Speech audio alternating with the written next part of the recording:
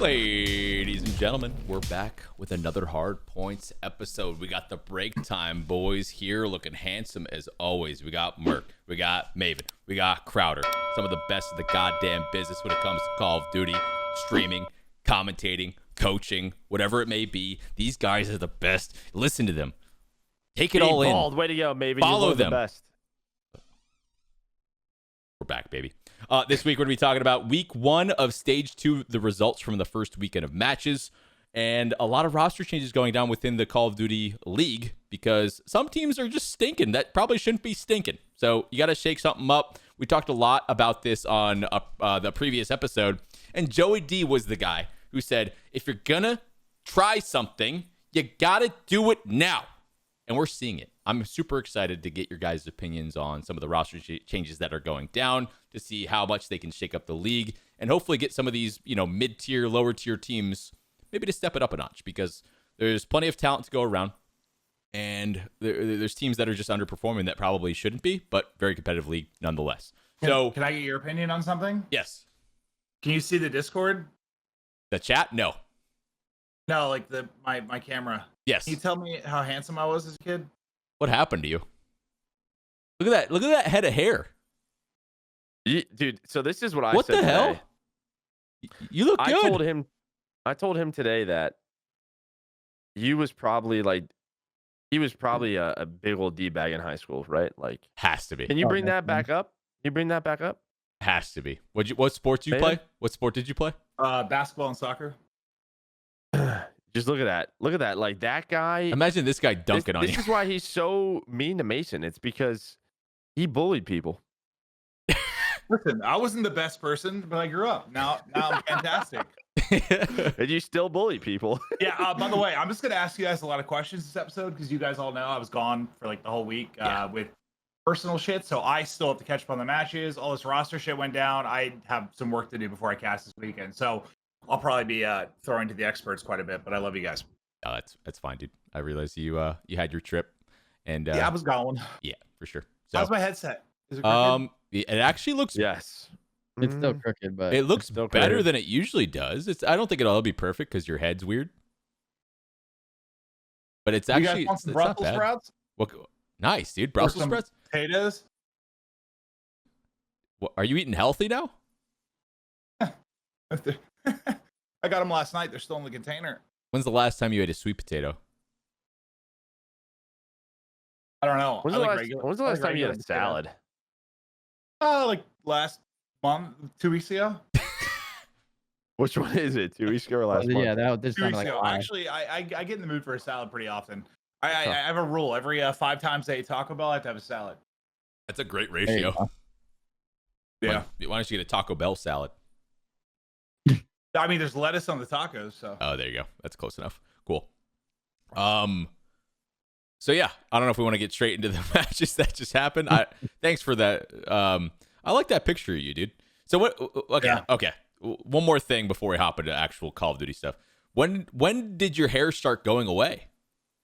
I think I first noticed it like sophomore year of college, that it was like thinning, but I didn't it didn't get bad until like I was 25-ish or 26, where it was like thin enough that I ended up shaving it. Gotcha. If you look at photos of me when I first started casting, I was one ugly fuck. Yeah, I mean, I look like Chris up there. What? Why'd you just go? I'm kidding. It's because his team's too fucking good. Someone's got to bring him down a notch. Someone's got to keep call him James today. Isn't that the thing? Oh, yeah. Sorry, James. We're calling me James today? Yeah. No, just him. He has like something. I don't know. I don't know. You guys some gifted subs on the line, James. So settle the fuck down, James. All right. Gifted subs, nice, dude. I'll take 5 gifts for this. Yo, Chris is like, cut him 5. Sub 2, please. Yeah, cut him 5 at least. I want 5 gifted at least. That's hilarious. All right. So stage 2 started, and I'm gonna throw up for you guys on the show the results from the matches. We're gonna pick out ones that maybe stuck out, some close matchups we saw, especially that last matchup that we saw on the Sunday, which is pretty crazy. We'll probably talk at length about that one. And then some of these matches, we've seen some of these teams, we've given our opinions on why and, basically why they've been struggling potentially. And maybe if they should start maybe thinking about roster changes, what point will that happen? And we've already started seeing that start to happen. So here's the results from the matches throughout the past week for week 1 for stage 2. You can see up top here, Subliners lost to Faze 1-3. Surge beat the Mutineers, which was a pretty big win for them, 3-1. Ultra lost to the Thieves 2-3. Røkkr lost 0-3 to the Paris Legion, which was a pretty bad one. Legion lost 1-3 to Optic Chicago, which was a fairly close series, if I remember correctly. Like, some of those respawns, I'm pretty sure, like, went down to the wire, but Optic able to close that one out. And then Røkkr got smoked again by Florida, and that was sort of the, I don't know, final straw, I guess we can call it, for that iteration of the lineup. And that they're like, Dallas Empire had a pretty damn close series versus the Surge. I'm sure we'll talk at length about that one. Royal Ravens beat the Guerrillas 3-0. Ultra lost 0-3 to Faze. And then that final matchup, we saw that crazy reverse sweep. The New York Subliners win 3-2 versus LA Thieves, which also ended up sparking something to happen on the roster side. That was the dagger. That was another the dagger. We saw some dagger matches for sure, which led to interesting things happen with rosters. You know what didn't dawn on me though until this is kind of dumb. It's not that important, but like that basically the entire year is basically just extended majors in the sense of it's not really a league. It's just like a couple weeks of full play into a bracket. Yeah. Like, I guess I always thought about it as league matches, but it's not really league matches. Like, It's round robin. Yeah. It's full play into a tournament, which is really dope. But I just never thought about it that way. I thought about like league matches into a major, but it's not really. It's just full play into a major. Right. Which is actually kind of cool. Yeah, I love the format. I've been vibing with it. Like I said, not that important, but I just never thought about it that way, and I like that. Yeah, for sure. Hell yeah, Maven. Hell yeah, baby. So I think an easy way to start too, and Crowder will probably like it. Let's just get Faze out of the. Yeah, okay, James. It feels weird even saying that. I'm not gonna say it. You can say it. Call me James. I'm not calling you James. I even say it. I feel like I say it weird. My team calls me Jimbo. James. I like that. Yeah. Jimbo. We hop on the call. Jimbo. Nice. All right, let's get Faze out of the way. Faze looked goddamn good. And the biggest thing that I always say when a team is like rolling on all cylinders is how easy the game looks for them. And it's really the little things when I watch all of their matches. And it's things that the individuals on the team, I am going to give a lot of credit to Simp and Abizi for this, the Tiny Terrors.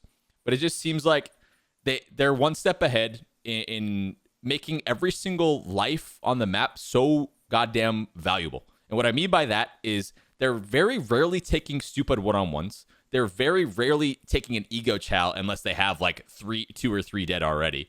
I think there was like a situation that it was a listen in and they were on our cities and our cities just completely fucking ego chow. Somebody's like, I should have done that. But it's like they're already on top of situations like that, and they know when they have the opportunity, when they have the match by the balls in a sense to make those risky plays like that too. So I guess the biggest thing, what are you fondling? Was that? Yeah. That was good. They're ahead of the game, not only talent wise, they obviously have the pieces put together. They have the right roles for the right situation. I think the the meta change kind of helps out even more because they aren't getting zapped as often, like insta-killed as often, which means they're able to value their lives even more. And it's just a well-oiled machine right now. Their matches are like clean. Like, yes, it comes down to like, close scenarios sometimes, but it just always ends up with like a Simp or Abizi just flying at someone, finessing, waiting for a teammate, and them just getting 2 or 3 down right away. It's very impressive to watch. James, Chris, how do you feel about the couple matches for Stage 2 so far? For my team, I feel good. I mean, I think we're making like the right progress in the maps that we need to. Having new maps to learn is like kind of refreshing too. Oh yeah, having Express. I should have brought that up. I totally forgot the new maps. That's awesome. Yeah, so that's like super refreshing because a lot of the times, like you go through a COD season, if you don't get those maps right away, it's kind of just like the same thing over and over, and it gets really repetitive, which is a good thing if you're doing well. But obviously, having like something brand new to learn, like Apocalypse, is not a map that we've had before. And now that we're learning like an entire new system on that map and trying to figure out the best ways to approach every break and hold and all that stuff, it's like really fun. That makes my job fun. So we've been enjoying scrims, just trying to keep making progress where we can. So I've been happy with the way they've been like, approaching everything. So I've been super proud of the boys, but got to keep up the same momentum and stuff. Gotcha. If there was like one thing after, I know you guys, you won the major, right? That's awesome. But if there's like one thing you had to point at and be like, this is what we need to, fine tune a little bit. Is there anything specific you want to talk about, or is it just little things at this point? Well, it's definitely little things, but just in general, like our teamwork, communication. I don't think anyone's teamwork or communication can be like perfect ever. Yeah. Like even in the major, there were signs where we could have played a lot of situations better in the maps that we won and the maps that we lost to. Like you can always learn something no matter how good you think you are. So there was definitely communication and teamwork things where we still need to work on and like certain maps and stuff. And I think just like finding the correct system for every single situation that comes at you is just what you have to learn. So we still have a lot to learn, in my opinion, and I think that's like why like we're still like super motivated. So Yeah. uh, I wouldn't say it's like one specific thing, but it's still just like the general stuff of like what makes you an actual team, Yeah, for sure. And I think that's like the most important thing. And the for hard us is thing, beating that. the hard thing too, is that with how competitive this league is, like people are going to spend a lot more time on you guys, right? And it's all about how can you figure out ways to stay ahead, especially when it comes to like S&D. Like everyone looks at your team, like that's your like bread and butter mode. So teams are going to spend so much goddamn time figuring out what they can do to sort of pick apart that gameplay on potentially some of your weaker maps, things like that. So it's gonna be interesting to see how people attack you guys moving forward. Yeah, but you kind of hope, if you're Chris, that the big advantage they have right now is like the kind of teamwork, camaraderie, comms thing, because that's a lot probably fucking harder to catch up on. Oh, like, absolutely. As far as learning strats and stuff, like they're in a great spot. They're Yeah. ahead, which I kind of feel that's where they're really ahead, not like a strat thing per se. So if that's the case, I mean, who the fuck knows, man? It's not so much strats, but like if a team spends 8 hours reviewing Faze VODs instead of 4 of another, 100%. Over time they're gonna pick up on way more. Yeah, that's always been a thing, but you can't pick up on the shit I'm talking about. So yeah, facts. We'll see. 100%. One last thing before. Go ahead. Important part. No, I was gonna say I just think that's the most important part. Like, of course, like this team, this league is so competitive where no matter how well you're playing, you should never approach something like you're unbeatable, because that's just like the mentality that will absolutely destroy your team. So that's not really how like I view it, and that's not how like our team views it either. Like we know we have a lot to work on. That was literally what we talked about right after we won the major, about like some of the stuff we screwed up in that final, and then even the winners finals before that. Like, and it's just stuff that even though wins can kind of rust it over, like you can always still be better. Because the thing is when you go into the next match, like some of the things you do wrong or some of the things you do right in the current match, like the next one that you go into, you might do wrong. But if like the stuff that you did wrong in that match, like you end up learning and doing right in the next one, it balances out. Like you're never going to be perfect. So you have to make sure, like, just because, you did well on paper doesn't mean like, you can kind of just sit back and do that stuff. So of course, they're, just working on the teamwork stuff. Last thing real quick too, you brought up the new maps. How do you think the new maps are playing in comparison to the old ones? Obviously limited gameplay so far, but how do you think they compare to the maps that they replaced? I have no complaints. I think Apocalypse is beyond by far and miles ahead of how Crossroads played. Facts. I think cool, Apocalypse is cool map to look at too, right? Yeah. I think it plays really well. I think the spawns make sense for the most part. I think the way the rotation like the same size, which is like crazy, but like it just flows there's better though. 3 dude. lanes, like Yeah, still like 3 that 3-lane flow. It just feels good. It just looks good. It feels good. It makes sense. Like you go here, they spawn here, and it's just better. And then Express S&D 2, I mean, we've played that before. It wasn't my favorite map back in Black Ops 2, to be honest, but like it's definitely a joy to watch compared to watching Garrison S&D. So yeah, you could have put about any map over Garrison S&D, and I think you would have had an upgrade. So yeah, I'm super happy. I love watching new maps. I like learning new maps. Even though Express is not new, it's still something that you can learn nowadays with the movement and stuff. So it's cool. I think they're playing well, and I think they're better. Express just brings back memories, man. It was one of our bread and butters back in the day. I love watching that shit. Brings it back. I think we're like, if we get like 1 or 2 more maps in these modes, and like say if they were to replace some of the maps, depending on like what you would think. Yeah. But we have like a really good map set this year. We were talking about it the other day. 100%. I think the map set this year is pretty solid for the most part. One more control map, I think. maybe you replace a hard point with like if you get like a better hard point in the future or something. I think Hardpoint were pretty set. But that's the thing. I still think like we're fine in that regards. Searches for the most part aren't bad. So I don't know. I think we have a pretty good map set for the most part. I would love to see a Meltdown added because I think Oh my Meltdown God, could dude. work in both Map. search and in control. I think it would be Wait, Meltdown would be incredible. I Yeah. think it would be fantastic for both, in my opinion. I think at Hardpoint we're in a really good spot with Apocalypse. I still think like control, like people are starting to pick Checkmate a little bit more than Garrison. They're starting to figure out, but like Garrison control still isn't my favorite. Raid is awesome to watch. I mean, Raid's just so much fun. But I think that if you could get one more in there, we're in a really good position in search. I still don't love Checkmate search. I don't like Checkmate at all. I guess I guess Hardpoint is okay too. I get really bored watching Checkmate over like a lot of these other maps. I don't know if it's because of the plane is such a heavy power spot. Because the fights at the plane are so boring, right? It's just like the lane, and you either get the timing or you don't get the timing. And then if you have plane control, you get wing control, and if you have wing control, your arrows go blah blah blah, and you win. You know, I just want something else. More creative with it, like, but yeah, it's all about. I don't know. It's just like when we saw that map when it first released. It's just like it's a giant box with a plane in the middle of it. The plane overlooks everything. I mean, it's just a power position over everything. I mean, it's literally imagine all what it is. We're not going to get it, so I don't know why I'm saying it, but imagine like an Arsenal or a Frequency. Oh, baby. Honestly, I think 4v4 would probably be Frequency 4v4 would be so good. Arsenal might be a little bit too big for fours, to be honest. But you could probably cut some of that deep space off the way they're doing Miami and stuff in Moscow. I think I feel like you Arsenal can cut some of those Moscow size, right? Yeah, but I think you can cut some of the deeper places off, like similar to what we did. Map, but just like imagine. I think there's some solid options. But I think control to me is still the one game mode where I would love one more. I think Hardpoint's in a really good spot. I think search could be better, but it's viable. It's better. Yeah. It's better with Express. You have Express, Raid, Checkmate, Miami, and am I missing one? Is that those four? Raid, Frequency.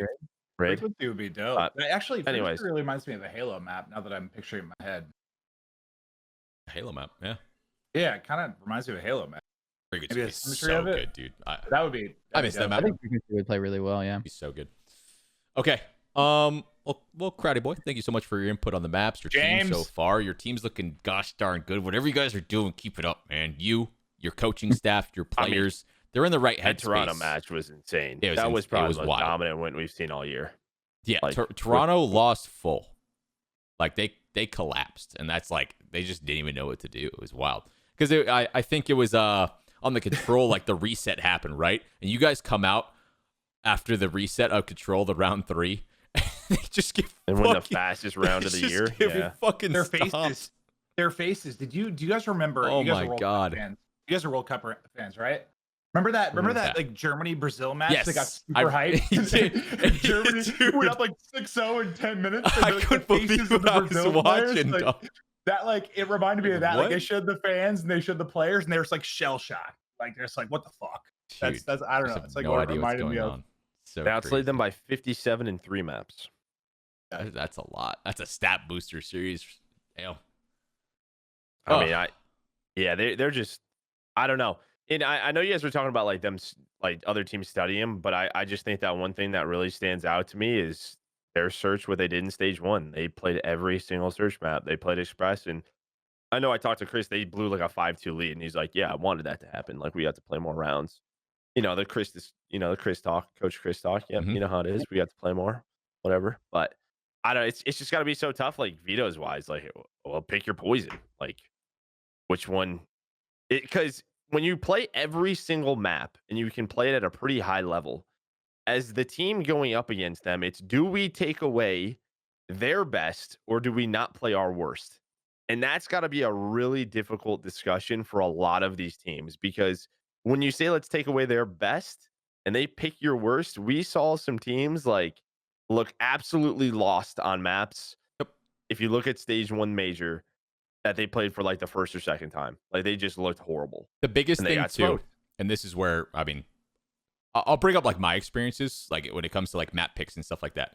Playing against you guys, 100 Thieves in BO4, veto wise, you guys did such a good job throughout the regular season, like throughout Pro League and stuff like that, of getting enough data on other maps. And fortunately enough, you guys had really, really good records on like almost every, like, most of your maps, right? You didn't really have like a weak one. Yeah, you got to be really good to do that, by the way. Yeah, right. Not every team can just do that. But yeah, it's much different than Faze just sticking to their guns and being like, these are our couple maps. We're going to play these every single time. Like, that's not the way to do it, because then teams know how to pinpoint you a little bit more when you go to like a map selection process, and they know how to like focus a little bit more and like, I don't know, maybe scrims and things like that. So having enough data on other maps is important too, because other teams are going to look at this data and just be like, they don't really know what to do. Like Joe, you said, it's like, what strategies you want to play to our strength? You want to try and play to their weaknesses. But if you don't really show that many weaknesses, as more time goes on, just like, it just looks scary. So getting a good amount of reps, especially during these group stages, is really important, because you know what you're good at already, right? You see enough scrims, you're like, we're ready to go. So be interesting to see how deep of a map pool it'll stay. I'm interested to see too. Yeah. Okay, let's talk London. That's what we got up next here. Roster change. We're getting into it. London was sucking bad. Okay, London didn't have zero. Zero tough was hand. They were Tough hand played. dealt a tough hand for sure. Yeah. They weren't looking very great.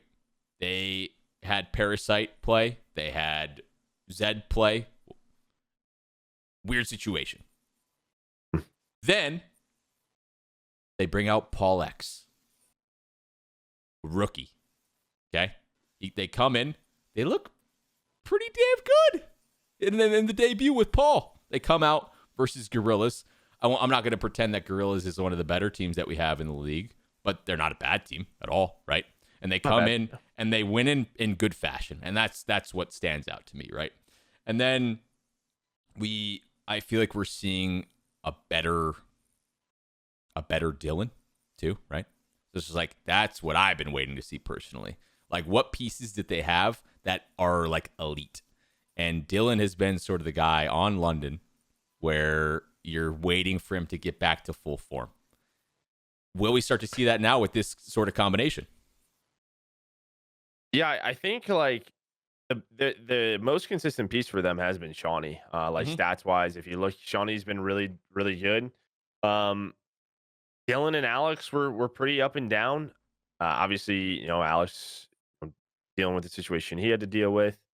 They bring in Zed, and we saw a lot of Zed in Black Ops 4 on Reciprocity, and Zed was just he was this energetic player. He brought energy to the team, and there were literally it's like watching Maven in Warzone. There would be 4 minutes where he would make the best plays I'd ever seen, like absurd plays. He would look like one of the most highly individual skill players on the map. And then I like this. The next 4 minutes, Maven would be falling off the map, not Whiffing. popping a shoot, not knowing what button does what. And Zed would go he would go from plus 15 to -5 in the amount of 4 minutes. And if Zed was on, typically that Reciprocity team was pretty difficult to beat, or he would be on for a map, and then the next map he would get shut down. But the thing is that we saw the best Dylan with Zed, and you have to imagine that helps him. Maybe it's a playstyle thing where Zed plays at a really particular pace that can keep up with Dylan.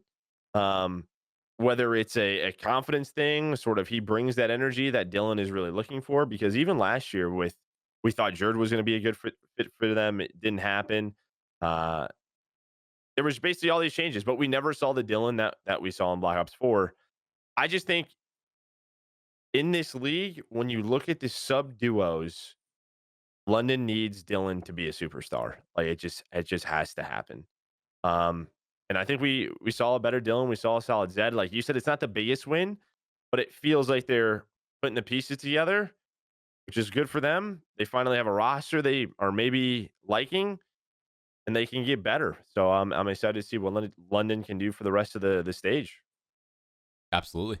And it's probably just like a matter of time. Like they might potentially keep making, the roster shuffle. We don't know what the zero situation is going to be. Like, are they going to get them back? Like, it's just, they're in this like weird limbo. Like, what do you do, right? Yeah, like, you if can't just keep they're waiting. Playing well, what happens? Like, yeah, it sucks for Trey because I think we all know how good Trey is. Yeah. But I was gonna say that's got to be the worst scenario for him, just sitting there, and you don't want to root against your team because it's your team, but you do know if the team starts crying, you're like, uh-oh, like they're not gonna just slot you in. Yeah, no, that's a weird position to be in. He probably like the best case scenario for him is like they do good, but that's about it. Like okay, like they do okay, and they definitely need like an upgrade, and like they're hoping that he's the upgrade. But it's just weird, yeah. If they start frying and playing like lights out Call of Duty, it's just then it becomes like, why would you change what's working, right? So yeah, no, that sucks. I feel bad. Fortunately, too, Zero's playing challengers, right? I'm pretty sure I saw that. I forget which team. Yeah, he just started like last month. So that's good. That's like the most important thing to me. You have someone like that. Like you got to keep him, playing, getting reps against really good players too. So like that's a positive. But it's just like, I don't know. We're gonna get to the point where you get to like mid-year, later part of the year, potentially before they get a chance to actually play him. I don't know. It's just a weird situation. Well, plus too, you got to think about roles, right? Because like let's just say you have a potential role. Maybe Paul is really good. Shawnee's been their best player. Like, what do you just because you bring Trey in, like you put him at sub, then and he can run the sub. We've seen that before, but then maybe that greatly affects Dylan or Zed, whatever it may be. I don't exactly know, but you also got to think about that. Like, what if he's not even the best fit for them then at that point? Because, I mean, I would want Trey at main AR or flex where he's running the AR. Yeah. I mean, we've seen him run a sub, but just when he's been at his best has been in that position. So, I don't know. It's going to be tough, but it feels like they have their four that they want now. Yeah, it's you won a match. They won their first match. They'll take it. Yeah, for sure. You got to see them versus some of the more elite competition in the league too. Great start for them. All you can really go off of right now. Like, nice job. Paul comes in. They get a nice dub. Like, nice, dude. Great way to, it's a good start for them. It's big. Moving on now to the New York Subliners. They go 1-1 for the week, for the first week of stage 2. They get the LA Thieves win. Obviously, that was a absolutely crazy matchup and lost to Atlanta 3-1. So tough matches, to be honest, right? They come in and probably the toughest too. They kind of get, I don't know. Faze is just Faze, so I don't think it's like fair to like take the stats from that matchup and try and hold it against them.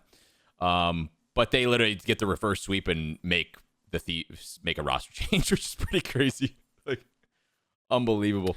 So is that just like a mental breakdown from Thieves? Is that, I don't know. It's just like, it's such a Clayster thing to do. You know what I mean? He just like keeps his team in the series at all times. And watching some of those maps too, he just, when they lose a map where he knows they should have won, I just look at the post game like cameras when they pop up, and I just stare at Clay, and I could tell when he's just so annoyed. It's so funny to see his reaction. I look every when they're time. Losing. Yeah, he's like, or if they like lose something they had like an advantage in, or like someone does something stupid. It was one of the S&D maps. I think it must have been map 2, and I just look at him and he's like, "What the fuck are we doing?" It's kind of like when you look at Slasher's Cam. I mean, it's the same thing. It is true. Yeah, you just sort of a stare into the darkness is what it looks like. Like just sort of like what are we doing? Why are we making the decisions we did? I just think for New York, like, I guess we talked about the Hydra thing last episode. Yeah. I think the loss to Faze, it doesn't like concern me, I guess, but I don't know. That's what I'm just trying to say at this point. Like, you stuck with this roster. They slip out of danger with LA Thieves, which was a pretty broken roster now that we're understanding at this point. Still a good team, but I guess I just want to see more improvement for New York against some of these, other teams. Like they still need to get top 3 in this group. They should get top 3 in this group. I guess in order for them to like justify that decision and not play Hydra, you just got to keep getting better, right?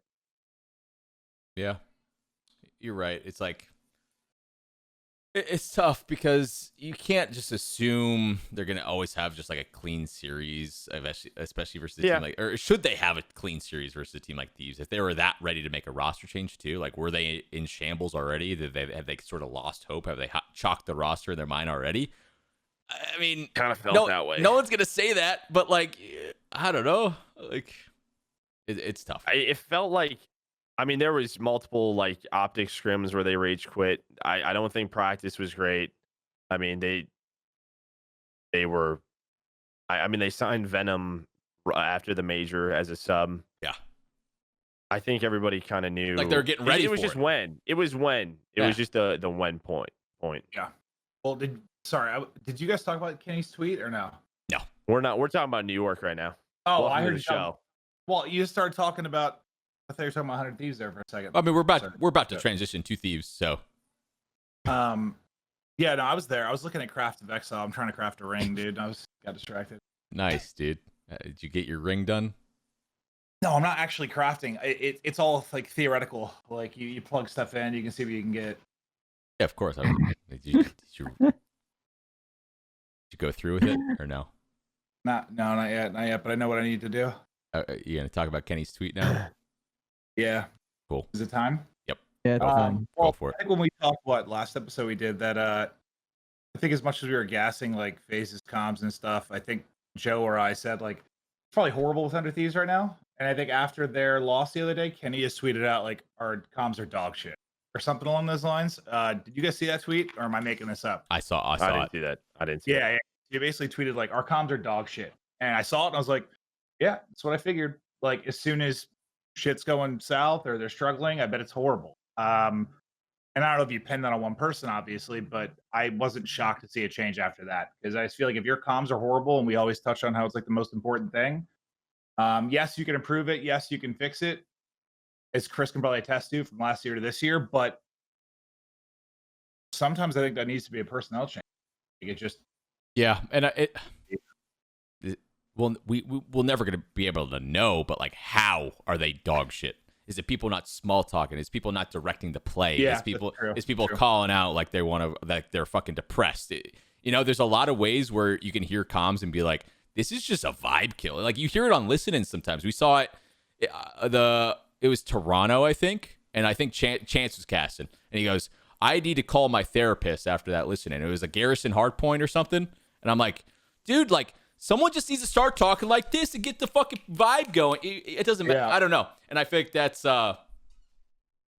it might sound stupid, but like when you're down 80 in a hard point and you guys, he's top green, like meh. Like that energy you guys get what I'm saying, right? When I would get on for practice, yes, thank you. And someone was talking that way, I would just yell at them and get off. I'm like, why am I here? He's top. I used to do that all the time with like Study especially, and some of these other guys I played with like Ghosts. And after that, if there was just a certain vibe I didn't like, I was like, I'm out. I'd play 2 maps and be like, we'll try again tomorrow. And there's just no point. There's no point to waste your time. Just get off. Just don't waste your time. I became such a worse player too because I started like putting up with that shit. Like on my downturn, like I won't say I was like super great at like the advanced warfare or anything, but like. Practice wasn't fucking helping me either, and it's just like it's energy like that like translates through the team, and it's just like it just goes you from one day to the next day. It happens again. Dude, Danny, like, again, dude, when I was on Nation and then our Envy team, I'm just like, dude, what the fuck am I doing? Like, I feel like there's times where I think, oh god, I think that's why like good coaches are so important though, because like I bet it's hard or creates like a weird vibe sometimes if like I know with like sports teams and shit, like there might be a captain that can handle that conversation or really get in people's faces, but with like 4 players and the dynamic of it all, like I don't know. I guess that's where I think coaches and management are so crucial. Like it was dog shit to have that conversation. The way I view it though, Tyler, is like tone of voice and like what Joe was saying, like like you can tell like the mood, the vibe of like the vibes in the air of what's going on. If you get on and like the constant vibe of your team is that way. I forgot who I talked about this with recently. It might have been one of the players on my team. Regardless, it doesn't matter. it's just like you get on and that's the vibe, and then like everyone else around you is like it's contagious. And now like everyone, even if they're at 100%, they all drop down a little bit. Even if they say like, I'm not soft, I don't. Yes, you do. And you drop down a little bit, and then like you're not having that much fun, and it's not even about fun, but like you're not like in the mentality of like getting better and wanting to improve, and then like they become worse players slightly, even if it's like 1%, even if it's Yeah. just a little bit, they become slightly worse, which means the team overall just got slightly worse. And then like if you And then keep no one wants to that, be there. yeah, and if you keep that vibe up for a couple days, it starts to get a little bit worse. And then as it goes on more and more and more, that's where like that spiral comes down out of nowhere, where it feels like it happened overnight, but it never did. Like that stuff's like super, super, super important. As weird as it sounds, like even like when like on match days for like my team, like I make sure I have an extra cup of coffee on match days. As weird as that sounds, like, because I'm not doing shit, bro. I'm the water boy, You That's need what the I. energy, But like, though. I get it. Yeah. my thing is like I never want to go into team speak and have like the tiredness and be like, all right, guys, like good luck, bye, and like get out. Like That even though like I'm not playing and I'm not as important as the players, and I would always say that like openly, it's just still having that energy and stuff is super super contagious. Even when it goes to, like streaming and stuff, anything you do, if you have that energy in anything you do, and it's more on the negative side, which I've done plenty in my life, I mean, you get usually the negative result or the more negative result. And like that is like super important to me. Like, and I think in teams vibes too, I think a lot of players can probably It's attest to the that too. If you show up to yeah. practice, you're just not happy. Like everyone gets worse. And then if everyone gets worse, then your team gets worse. Like I think that mentality and attitude is like super, super important. and I was gonna say, I think we all knew that like Cap was gonna be for a really good like coach for them strategy wise, but we all know Cap. Like as much as a coach is as well, you also have to be sort of that vibey person and bringing them up. Like I'll just be honest, like if my team was down, I'd come in, crack a like I would try to just lighten the mood. Because I think like some of those players are probably just intimidated by Austin at times. I mean, I think we've all felt that way, and I would just like try to figure that out. But I don't know how often that is also happening. Like, Sometimes the team dynamic can be weird too. I don't know. Like, yeah, I'll go back to my coaching days. We had some jokesters on the team. We had some serious people on the team. I don't know.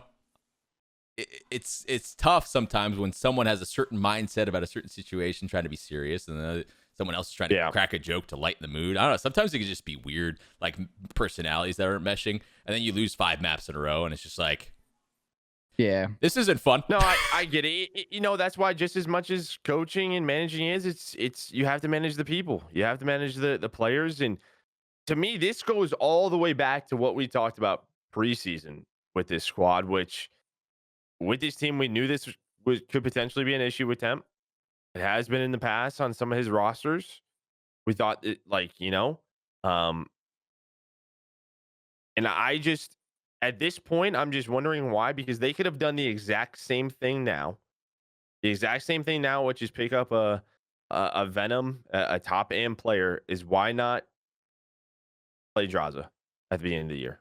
We knew this was going to be potentially a role issue. That is where my head goes right away. Clint?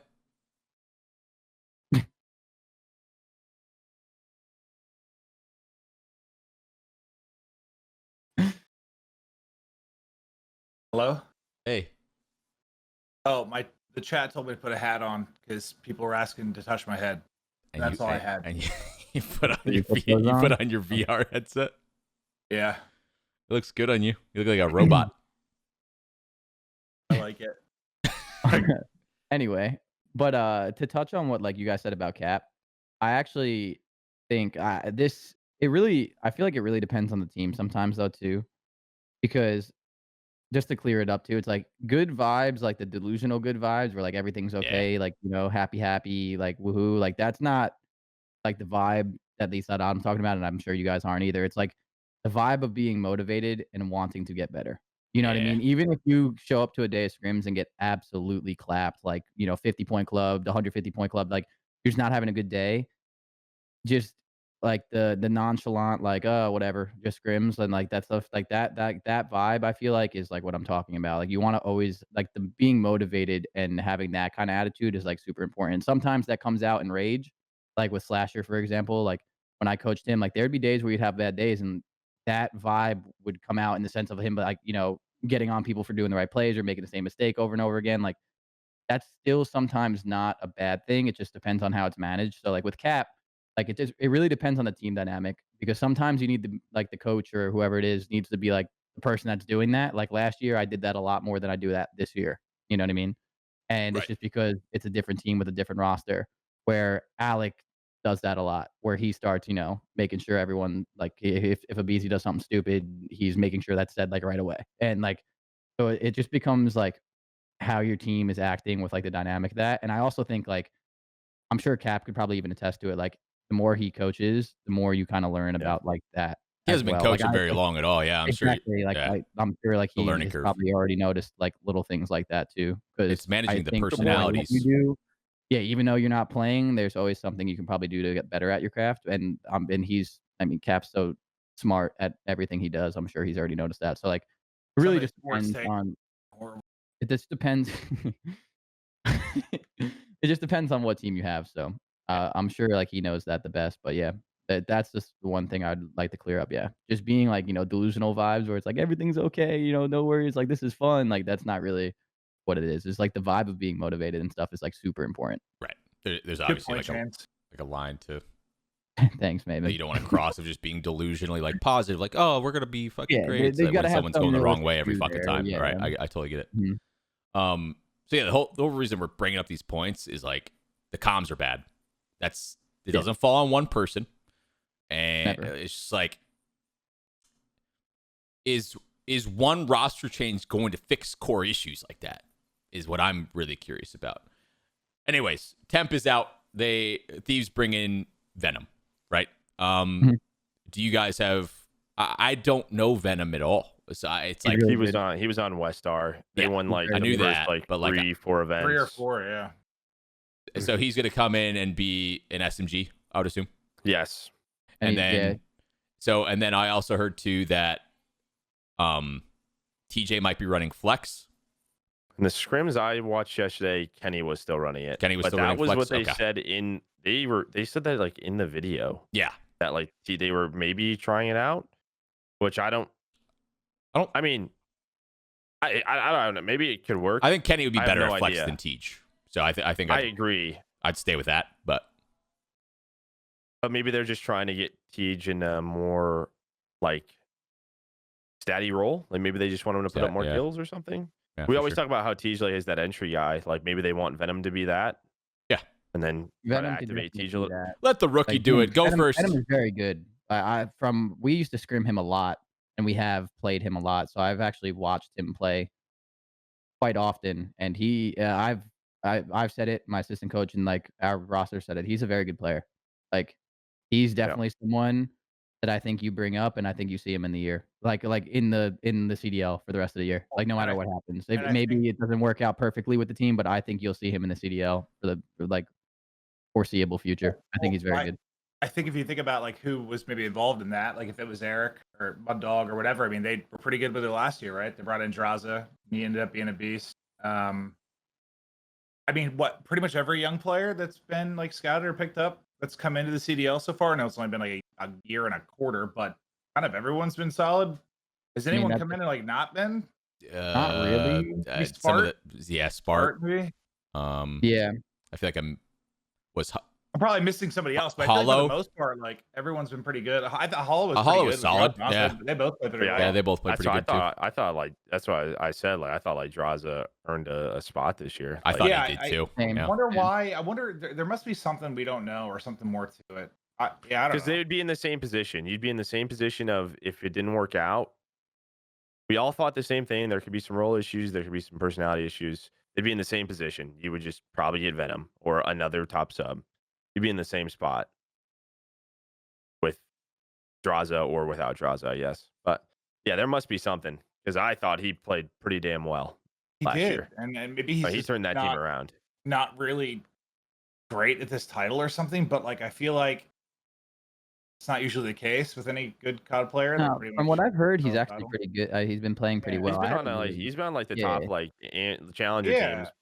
Every But team that's I I think don't. challengers just like the pit. Like so. I just don't get it. Maybe Venom's just better, but I mean, yeah. Even going into this year, we talked about. I was kind of surprised, but well, they can also just be potentially just sitting on Draza in the sense of like maybe this Venom thing does not work, then maybe they think yeah. about more. And I another mean, I draw. assume they just think he's better. I mean, Yeah. Yeah, Right. well, Well, at the end of it's the day, more I'm so assuming that, but I meant the start of the year. I guess is what I was saying. That's Like what I meant too. Yeah. the start of the year, just like why not go with him, and then you could have got a Venom if you needed to. well, But yeah, I think the reason why they did that though is just because having the opportunity when their roster was what those three, and then they picked up Temp last, right? Like that was like the fourth that Yeah. slotted in. So it's like when you have someone though that is as talented as Temp, and like he's friends with that roster. I feel like it's almost like you don't want to skip out on that talent too, because yeah, their team didn't work out.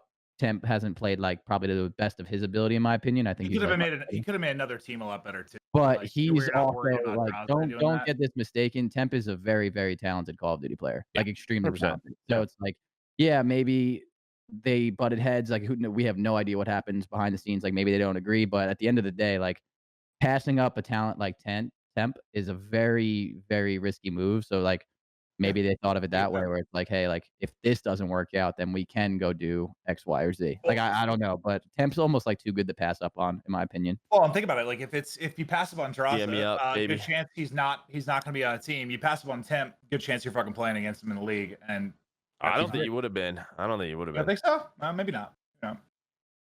I doubt. I mean, maybe on that Paris team with Nick. Probably. Yeah. Well. Yeah. Probably. I don't know.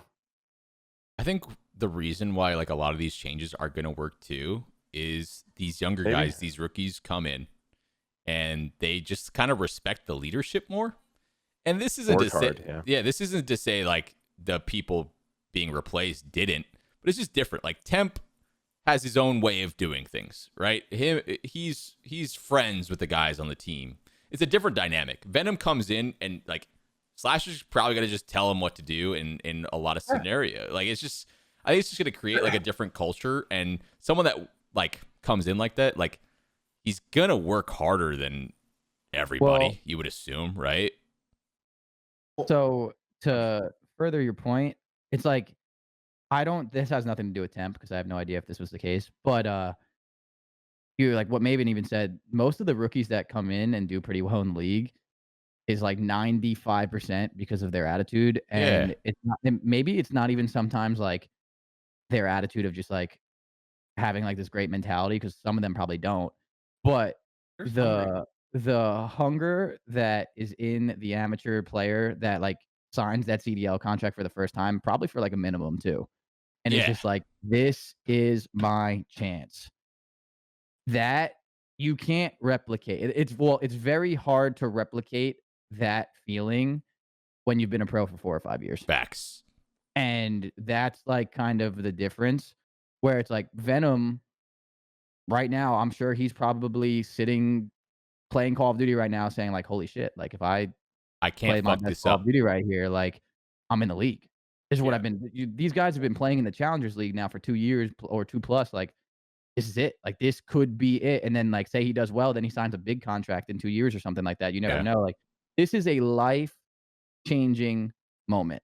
No matter what you want to call it, it is life-changing, where a lot of pro players that have been around a while have already had that life-changing moment. You know, they've already been doing very well and probably are going to continue to do so. So that like natural like want to win isn't probably replicated with some people. I don't want to disrespect some mentalities in the league. Like some people are just, that's how they are at all times. But I think that's why you see a lot of these like younger players just do so well. It's because they are just putting in the extra effort and more, and they're listening to the coaches like with open ears, because they just want to be in the league, and that mentality goes a long way. You see it like in everything, like even just thinking about like this is kind of separate from it, but like even like you guys know when I was doing hot mic, like I'd have to round up the players a lot of times. It was such a pain in the ass. Like when it was established players, I want to gouge my eyes out. Whenever it was like a young rookie new to the league, Oh, he's there 10 minutes early. on time, excited, ready to go. Yeah, exactly. Like they're just fucking excited to be there and want to work. And I don't know. I've always loved that. I love working with like rookies and shit because it's like, I don't know. Looney, okay, Looney. To be fair, Looney, you were always fantastic. You were great. But sometimes I was on time like, too. No, a lot of them were. It's just I know like, what you mean though. And rookies are just like, yeah, so excited, yeah. Yeah, no, for sure. And actually, a funny story about that. I mean, I guess I can say this on this podcast, but Mud Dog actually told me about Draza saying, that 100 Thieves does a lot of content, right? They do a lot of shoots. They do a lot of just all the crazy content that they do. And yeah, like Draza just shows up to like content days, like happy as shit, like ready to go, like just like a smile on his face, Loves like, let's it, do yeah. this. You know what I mean? Like, this is fucking awesome. Where if you've been a pro for 5 or 6 years, you're just like, another day. Over with. Yeah, I wasn't sure if Scump would be there, if Scump would be sober. Even little things like that go a long way. As funny as that sounds, like it's true. Like, you just show up there and you're like, oh, let's do this. This is so fun. Like pictures, and everyone else is like, dude, like this sucks. So like how long am I here for? Yeah. Yeah, like counting down the minutes. Like, all right, yeah, you took 2 pictures. Can I leave now? Like, yeah, it's just how it is. So. Okay, so Venom popping in. We're excited to see how they're going to do. I like the change for them. I have to say it, especially with what people have said about Venom. Obviously, been doing super well in challengers. He brings in a fresh mindset. Someone that might. I feel like Venom is going to be the guy that elevates TJ's gameplay even more. And I think TJ's been playing well this year so far. He's had like elite standout moments, which is what we expect to see from him too. So like if that keeps improving. And if his constant level, his constant output on like a respawn goes up 15, 20%, that puts them in a much more elite spot where they can take home a hard point versus one of these top teams. You know what I mean? So I'm super excited to see how fast they can, see the first test, but also give them some time to improve too, and how it'll sort of translate over to the other modes. I don't know. I just feel like all these teams that are in that middle tier, we see like little glimpses of them having like really, all-star performances, and then they look like shit. So like it's all about the inconsistencies, right? And then roster changes usually bring inconsistencies. I just don't see how this sort of brings them, into that top 4 space right away. But couple weeks, see him in a couple matches. It might. If it really is comms and attitude and shit, dude. Yeah, that little honeymoon period. A lot of the times, fucking fry. Yeah, a lot of times it's just one person. When you're building a system, it's just one person making one little different decision or doing this instead of that. That makes everyone's life easier, right? Because that's what it obviously was. It was whatever they were trying to do. Because it was always like they kept tweeting about we made dumb decisions or fundamentals. Like they felt like someone was making a wrong choice every now and then, and that screwed them time and time again. So I mean, I'll just say I'll give them props for. I mean, it's kind of what we talked about with 48 players. If you're not winning consistently, there is too much talent outside of this league. Their teams are just going for it, and I'm kind of here for it. I love it. 100%. I think it also shows just the difference, like the expectations maybe for 100 Thieves versus another team that, another middle of the pack team that's, lost some, doesn't look great, but hasn't made a change. But 100 Thieves, who I still think, a lot of us probably think with that roster, they maybe could have eventually made it work, or like they weren't that bad of a spot. Like the fact they're willing to just pull the trigger, I think it shows that they're like, we're winning shit or fuck this type thing. And I like that. And as the year goes on too, and how sort of 4v4 works too, like at a certain point, you have X amount of talent on the team. How much dumb shit are you guys doing on the map? How, like, you'd be cracked out of your mind. You have all the young talent in the world. Your gunny is crazy, right? Are you challenging gunfights alone 50% of the map? Are you spawning up and going the right way every single time without someone telling you what to do? Are you directing the play when you're the first person into the play? If you are in a 1v1 gunfight, do you back down and wait for a teammate and coordinate the play with your teammate every single time? No fucking shot. All these players are doing it every single time. No shot in 4v4. I've been in this shit a long time. A lot of people can't fucking move and shoot and talk at the same time still. It's these intangibles that come into the play, especially in 4v4, and especially with how a lot of these maps play, like a Moscow hardpoint. You don't need a crazy gunny all the time. You need to fucking rotate, we knew this. I'm just We talked about it a lot, like the first So- episode. Like this is going to be a punishing year for people who make mistakes. That's what I'm saying. So like, yeah, sure you bring in fresh talent. It's like they might be cracked, they might be nasty, they might have the best gunny, the reaction time, all this shit. Can they do the right shit? And I always bring this up because I wasn't the most talented player, but I did the right shit. I was one of the best .95s on the map, and that's how we won all these tournaments. You know what I mean? Yeah, you would.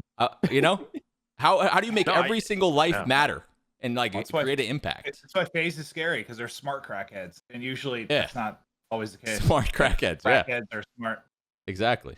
Well, they got there. They're getting there. They weren't last year. Smarter crackheads. Yeah. They're getting Growing. better.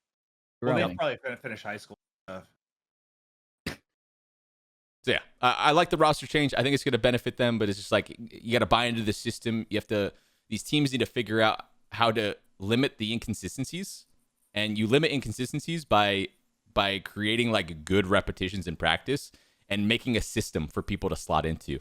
And if the system is not, if everyone's not buying into the system, then it's just like that's when people start going rogue a little bit. That's when people start doing things that are it's just the teamwork starts lacking, and it's so obvious in a lot of these matches that these teams that are struggling in. And I think someone like Venom, because he's had success as well, like in challengers, so he has a pretty good understanding of the game.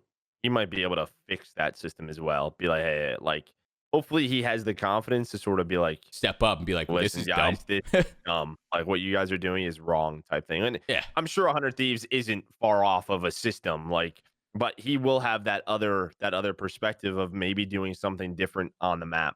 I mean, we're pretty deep into the game now, to where everyone has a pretty good general idea, but I don't know, maybe just something little is how they approach a search and destroy offense round or whatever it may be. That's why always that sort of different perspective comes in to help. And something simple, like let's say Tej and Temp are pushing something. Is one of them always being like, yo, bait me? Or like, is someone always going to be that guy that like wants to go first? Sometimes it's something as simple as that. That shit sucks sometimes when you're going to die and like someone else has to pick up I don't know. It's just like a personality thing at the end of the day. I don't know. I'm excited to see how they move forward because LA Thieves is a team that should be making more waves. This might be the change where they start making more waves in the league. I'm excited to watch them. Guerrillas. Let's talk about them for a little bit. That loss to London isn't great. It's not a good loss at all.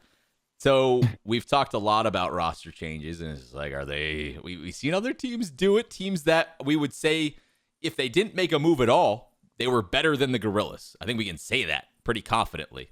Is it time for them to start thinking about how much? something? How much do you believe? So how long did they have that EG roster? Like they didn't change after like the shit show of stage 2. Like they stuck through it all, right? Yeah, they went through hell. Yeah. So like I guess out. for me, Bevels and all them, like how much do you believe that you can like recreate that magic and get better as the year goes on? Really solidify a map pool and beat people in the vetoes. Like how much do you believe you can do that again? Because I think at least for me, this team forming was a lot about the faith and what they were able to do the year they won. Like they got better as the year went on. App gets better as the year goes on. We talk about it all the time. How much stock do you put in that? We're gonna find out. I guess is how I view it. Yeah. The only thing, I mean, they can still figure it out. It's still early. It's like very early, so like I'm not like crazy worried. But if they were to keep at the pace they are, depending on how they keep playing, like it's a little different because of how important like seeds are and stuff for champs this year, right? Like if you were to have like a terrible year for the first 2 stages and then like I don't think you can make it, right? Isn't it only top 8 or something? I don't know. Yeah. it's pretty, so that's what I mean. So it's like you can't really Good point. buy into that because you can't That just one show up magic to event that. because he's gonna fucking be there. Yeah, and that's what I mean. Yeah. So I wouldn't be surprised if they like were maybe not thinking about doing a change yet, but definitely looking at players like Tom Gravity, Sibilance, like those like Yes. amateur players to like potentially like if needed bring them up because I mean Vivid they brought up last year, right? Yeah. They brought up Vivid last year, and Vivid is their best player. I'm gonna be mean. But Vivid's incredible. So I think like too. I think you'd be crazy not to look at Siblings and look at Tom Gravity and like these players that have consistently done well in challengers. Like, I mean, I'm just gonna be honest here. Tom Gravity has now been in the Challengers League for 2 years, and he has been at the top of the Challengers League for 2 years with 85 different teammates. Okay, Yeah. yes, but think And like, about and the same thing with what was that Siblings. Siblings team? has got a top 3 shot GG, in the Challengers EA League by Orange, far. like Juju and BZ and all those fucks that got to the pool play every single goddamn time, but they just were never ever good enough. And I'm not saying they are, but like comparable. in the past, you don't think so? Like that team was Nah. literally the top of like challengers, made it to pool play every fucking tournament, and they got smoked. I actually agree with you that it might be different here compared to what it was. I agree with you, but like, I don't know. I guess I need to see it first. Like I've seen Sibilance and Tom Gravity both, just using these two as an example. But other people. I've watched them. I've seen these kids shoot against the best of the best in the world. This is not like, oh, they're going to show up to pool play and get dominated by the worst team in the pool. Mayhem, Nova, Believe. Sorry, but Looney, yeah, like that team. They were good. Can hang with some of the. I'll be honest. I watched Sib stream for 2 minutes the other night in the Challengers final, and he ego chowed at 5 dumb gunfights, and I was already mad watching it. So, Coach Crowder, get on it. Well, that's what I mean. So I'm not saying these players can be perfect, but I'm saying like these players are with that talent and once again that hunger that we're talking about. Well, not Tom Gravity. Tom Gravity is the opposite of Sibilance in that sense. That's what that's what some of those guys need, though. That's when you figure out. What I mean. You're gonna need to do that because you're not ego challenge simp. You're getting fucking guns, son. No, it was a host war. It honestly didn't look like his bullets. And well, speaking on challengers, to give Sibilance some love here, you also have to remember to make it in challengers, you can do what Tom Gravity's been doing. Right. So you play around your teammates and you set your teammates up for success. You do really well for 2 years and no one gives a fuck. Yeah. Right. Because then everyone else that drops to 1.2 that's running around with sub gets picked up and then you get screwed over. So you can do that and not really go anywhere, which is kind of how it is. And then in challengers, or you can ego challenge everything and look like an absolute fucking stud and you'll get picked up. That's kind of how it goes. So like I would never pick up an amateur solely due to the fact of like their teamwork and stuff, because teamwork can be taught pretty easily, especially with the mindset of like, hey, like you're now on a CDL roster, you listen to your coach and you listen to your captain or you're gone. We don't really care. And I think that's the easiest thing to do. But I think like for these players to be sitting around right now in challengers, like, you know, just waiting to be picked up is like almost like a crime because of how talented these guys are. And those are just 2 people I'm using examples. There's plenty of others, but I'm just like talking about them specifically because I know those 2 the best. I don't know. So I definitely think you have to. I don't know. What team? Go ahead, Joe. Go ahead. Okay. I was just going to say that if I'm Guerrillas and I'm looking at this and teams like Røkkr and Thieves are making changes now, first of all, a team like LA Thieves and potentially Røkkr, they might be 1 roster change away. I don't know if we're 1 roster change away with Guerrilla. I don't know how many roster changes we could be away from them being like, okay, we have a championship caliber team. I don't know that answer.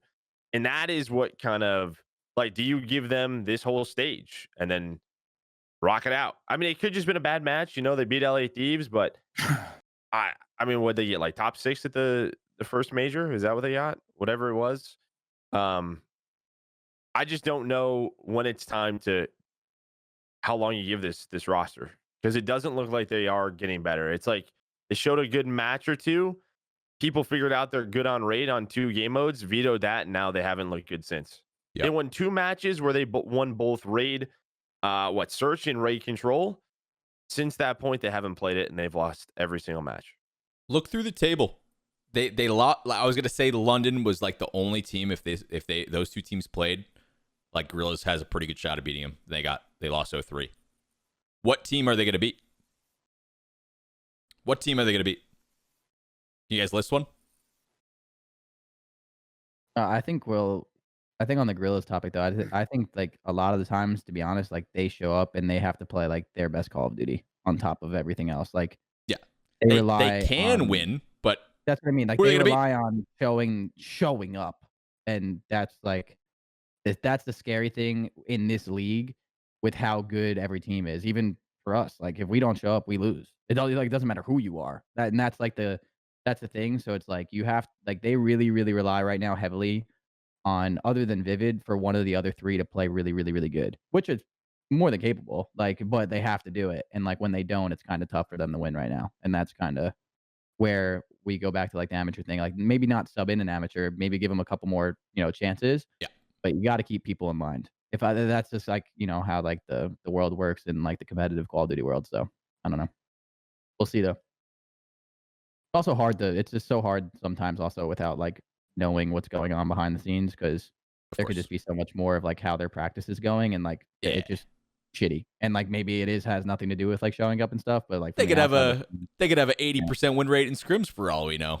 That's probably exactly. Probably fucking don't, but you never know. I have no idea. But that's like that's the only tough part. If we could just replicate what we do in scrims, well, yeah.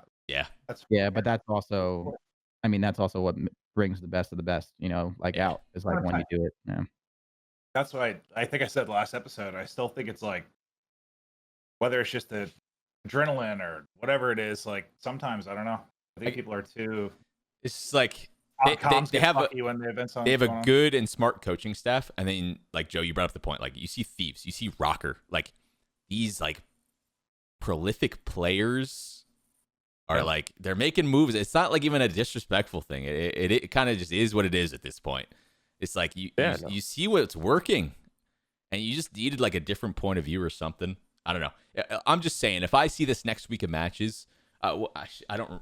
What's Guerrillas' schedule? I wonder if I can find that somewhere. Like I wonder the next two teams that they play. But like if if you could find that real quick, like. They play New York and Toronto this week. New York and Toronto. I could see the Toronto one potentially being close, and you would think the Thieves roster, or no, you said New York. New York, yeah, New York should smoke them. Yeah.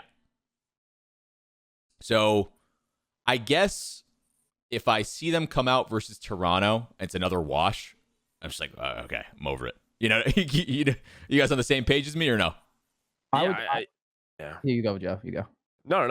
I just think. I mean, you just can't be 6-17 in respawns. No. I mean, that's just it's simple as that. Like, I mean, it's 50-50. 50-50. You can work with that, right? Like 6-17. Yeah. Like, well, the thing is, dude, like once you get through those two matches and then they finish the league, I think we play them last. I'm not sure, but regardless, it has nothing to do with like even like our matchup. It's just like once you kind of fall into that hole again, that's where like I think just like. You have to think like, all right, like we want to qualify for champs. You know what I mean? It doesn't matter who you beat now. Like we have to find a consistent recipe. Yeah. Because the problem is like having you can beat whoever in the league, once or whatever it is. Like it doesn't matter when you win your matches. It's more now consistency for them, and they're gonna have to win more matches than they lose if they fall into a hole again to obviously keep up and then make sure they qualify and actually go to champs, right? So, I think like you give them this half of the stage. And then you have to really start thinking. Like I'm sure the players even know that too. Like we have to start doing it just because of how gruesome that champs grind can be. You have Their to last two matches are Faze and LA Thieves. Yeah, and consistency in that is like tough. Even if they were to lose the next two and then they say they beat us or Thieves, that's like not enough.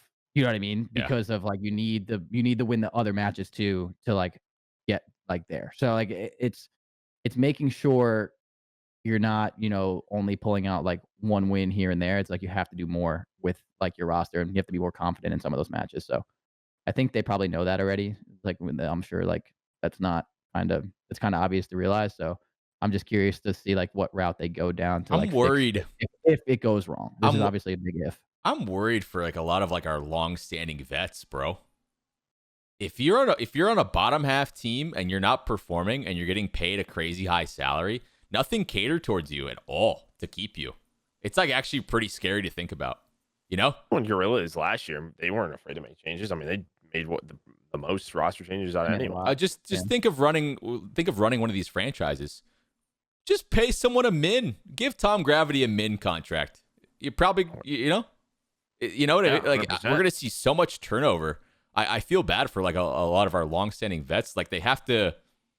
Well, they're doing this online, and I don't want to completely use the online cop out, but like years of experience basically going down the drain very fast. because there's just like a pool of young talent that is proving themselves in challengers time and time again. They're getting maybe some better reps sometimes because, I don't know, some of these CDL teams are probably just getting pounded in scrims over and over again, if I had to guess. And then it's just like, why pay someone a double or triple min contract? I don't know what the contracts are, but like, why not just sign a bunch of AMs over and over again, rinse and repeat? It's like, I mean, you're basically saying what a lot of people thought coming into this year was, should this have been a roster? I mean, that's the other side of this. Is there was a ton of young talent last year, and a big question mark was this team.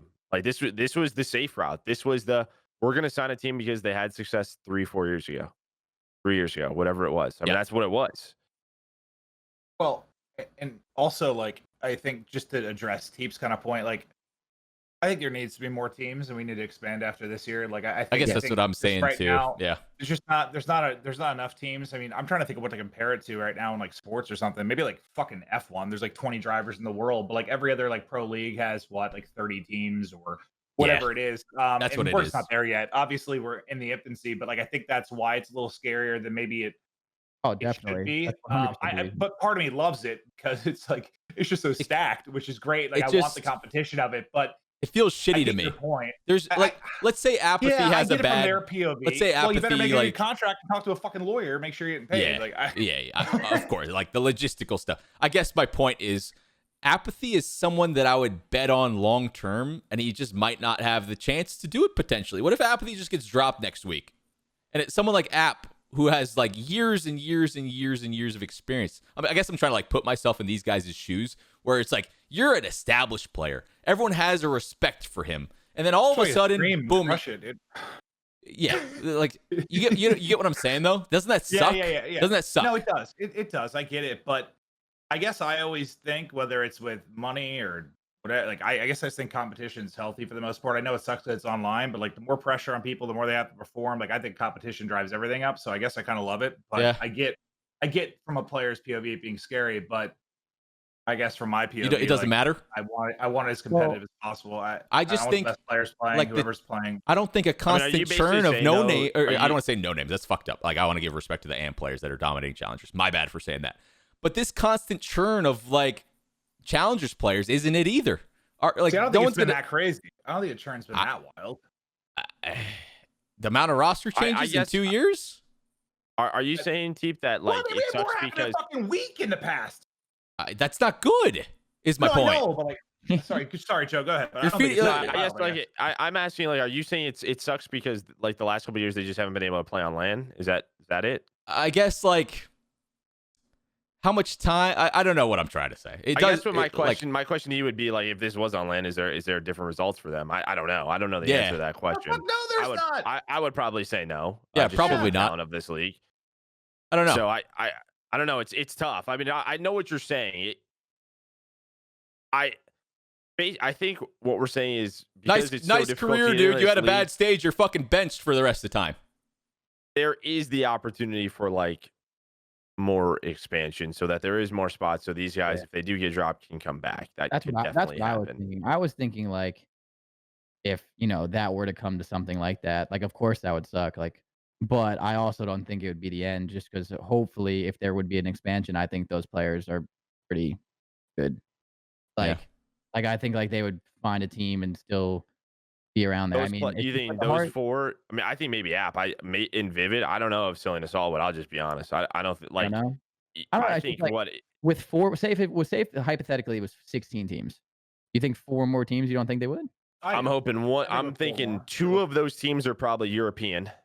And then another one of those teams is probably building off of top AMs in NA, and then maybe a spot. But I don't know. I really don't. I mean, you got to think of just all the talent, not only in NA, but also you. I think one of those teams would, I'm hoping, an expansion team would be a Spanish team. There's one roster. Then you have another EU to UK team. Like, you'd be heretics. And then you have NA, which now we have Temp, who's out of a rot. Like we talked about, I don't know. You have MajorManiak, who's been beast. Like you could just go on. I mean, honestly, the talent is just at a really high level right now. Yeah, Yeah. I mean, So I guess that's I'm just how it trying. goes, though, I'm trying too. to take like the player perspective. I'm trying to be devil's No, I advocate. get what you're You know, saying. Of course. Like, so is it the way the league welcome to the works? real world. Yeah, Play right. well or get fucking dropped. Like, Yeah, right. So like you think about like if you're not winning games, like I don't know. I'm trying to think of like a sports example. What's the best comparison? Probably like basketball or like hockey, right? Let's say you have like. I wonder how long. Well, the easiest would starting be baseball, right? Because baseball, when you're pitching bad or you're hitting bad, AAA, right? Like if you're a good enough prospect, they'll put you back down and hopefully give you more chances to improve down there, get your confidence back up, maybe think and about then bring you back up again. Benching might be more realistic than that comparison. I don't know, but like if you're But when unless you're benched, Aaron you're not really fucking- playing, though. You're not really playing when you're benched. Yeah, well, I guess I was more thinking like it only. I mean, it applies to everyone that's not a super mega ultra star. Like if you're Aaron Rodgers, you can get away with 4 bad games, but if you're not Aaron Rodgers, you're getting benched. I guess. Well, I wonder. yeah. I wonder how how But much. if you want to go all the way let's like the AAA thing, I mean, Let's say like a starter. How many like a mid-tier starting player on a pro sports team? How many games do they have before they get fucking benched? You know, I don't know. you play shit Well, for a that's month, you get analytics benched. and Like, scouting. I mean, that's just there's so much mean, into that's that. like the reality of it. If like that's like what makes the CDL so awesome is how competitive it is. And if you just don't, if you don't do what you're supposed to do, it's just kind of like, like that's just what it is. Like I'm just trying to spark the conversation because No, like I know what you mean. I know exactly how what you're much thinking, time but, do like, these it is. players have they earned based on their reputation, or does it not fucking matter at all? if I was the owner, it doesn't fucking matter. Yeah, at all. right. It depends on who the owner is. Well, and that's a different I would say reputation that's to what you're definitely saying. If you compare it to sports, there's superstars who they get 1 or 2 year deals when they have a bad year afterwards to try and prove themselves. Like, teams will take a shot on a QB who had a good year or a pitcher who had a good couple of Makes years sense. to see if they have 1 more. But who is that on this roster though? Like, I know what you're saying, but who It is doesn't that? apply That here. Might Right. be apathy. Might be app. I think there's some superstars for sure I that guess- you would be like, I guess you'll not. give them a I couple wasn't of trying years to play on different spots. this I get it for App because he's won so much. Yeah, the App was the guy I was love thinking App. of. No, I App fucking would love App. So, definitely be out of the players that we're talking. App is definitely the player that we're talking about. Like in Yeah, that, 100%. like Apathy has the world championships and wins and so many crazy moments where like every time you've counted Apathy out, there he is again. Like he's done it. So like that's definitely something you can put a lot of stock into. So I guess know I wasn't trying to like talk about necessarily Guerrillas, just kind of how Guerrillas, gotcha. It was just kind of So how the league works, and if I think it's based off your achievements and your Yeah. I think it's just thought it was an interesting conversation to see if like I don't know. Thought it was interesting to kind talk of- about. I think it's happening though when you see some of these pros like a Westkin who's not really participating in challengers, right? Like that's kind of part of the discussion that was on Twitter, like last week. You have Trey who's just sort of playing, he has reps in, but Westkin, is it good or is it bad for him that he's not playing? Because on one side, it could be bad if he has a really bad year in challengers and people recognize that. On the other side, if he has a really good year, it could just be like, all right, well, let's get Westkin back, right? Yeah. That's obviously really that's got to be tough. I don't know what I would do if I was like a vet who's won a ton. I have no clue. Yeah, That's hard. a tough decision. It's on them.